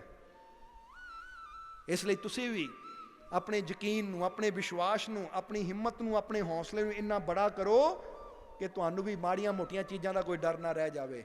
ਕੋਈ ਕੁਛ ਵੀ ਕਰੀ ਜਾਵੇ, ਤੁਹਾਡਾ ਧਿਆਨ ਹੀ ਨਾ ਉੱਧਰ ਜਾਵੇ, ਕਿਉਂਕਿ ਧਿਆਨ ਉਹ ਦਿੰਦੇ ਆ ਜਿਹਨਾਂ ਨੂੰ ਚਿੰਤਾ ਹੁੰਦੀ ਹੈ, ਉਹ ਕੀ ਕਰ ਰਿਹਾ ਹੈ, ਕਿਉਂ ਕਰ ਰਿਹਾ ਹੈ। ਤਾਂ ਜਿਹਨਾਂ ਨੂੰ ਪਤਾ ਹੈ ਮੇਰਾ ਮਾਲਿਕ ਨਾਲ, ਉਹ ਕਹਿੰਦੇ ਇਹਦੇ ਨਾਲ ਕੀ ਦੇਖਣਾ, ਮੈਂ ਦੇਖਾਂ ਤਾਂ ਆਪਣੇ ਮਾਲਿਕ ਵੱਲ ਦੇਖਾਂ, ਇਹਦੀ ਚਿੰਤਾ ਕੀ ਕਰਨੀ, ਜੋ ਮਰਜ਼ੀ ਕਰੀ ਜਾਵੇ, ਕਿਉਂਕਿ ਮੈਨੂੰ ਮਾਲਿਕ ਤੇ ਯਕੀਨ ਹੈ, ਮਾਲਿਕ ਮੇਰੇ ਨਾਲ ਹੈ ਨਾ, ਮੇਰਾ ਕੀ ਵਿਗਾੜਨਾ ਹੈ। ਇਸ ਲਈ ਇਹਨੂੰ ਕਹਿੰਦੇ ਆਪਣੇ ਮਾਲਿਕ ਦੀ ਤਰਫ ਦੇਖਣਾ। ਪੀਰ ਨਜ਼ਰ ਇੱਕ ਤੱਕੇ ਹੋ, ਬਸ ਆਪਣੀ ਇੱਕ ਨਜ਼ਰ ਆਪਣੇ ਪੀਰ ਤੇ, ਆਪਣੇ ਮਾਲਿਕ ਤੇ, ਆਪਣੇ ਪ੍ਰਭੂ ਤੇ ਰੱਖ, ਆਪਣੇ ਸਤਿਗੁਰ ਤੇ ਰੱਖ, ਉਹ ਮੇਰੇ ਨਾਲ ਹੈ, ਮੈਨੂੰ ਹੁਣ ਦੁਨੀਆ ਦੀ ਫਿਕਰ ਨਹੀਂ।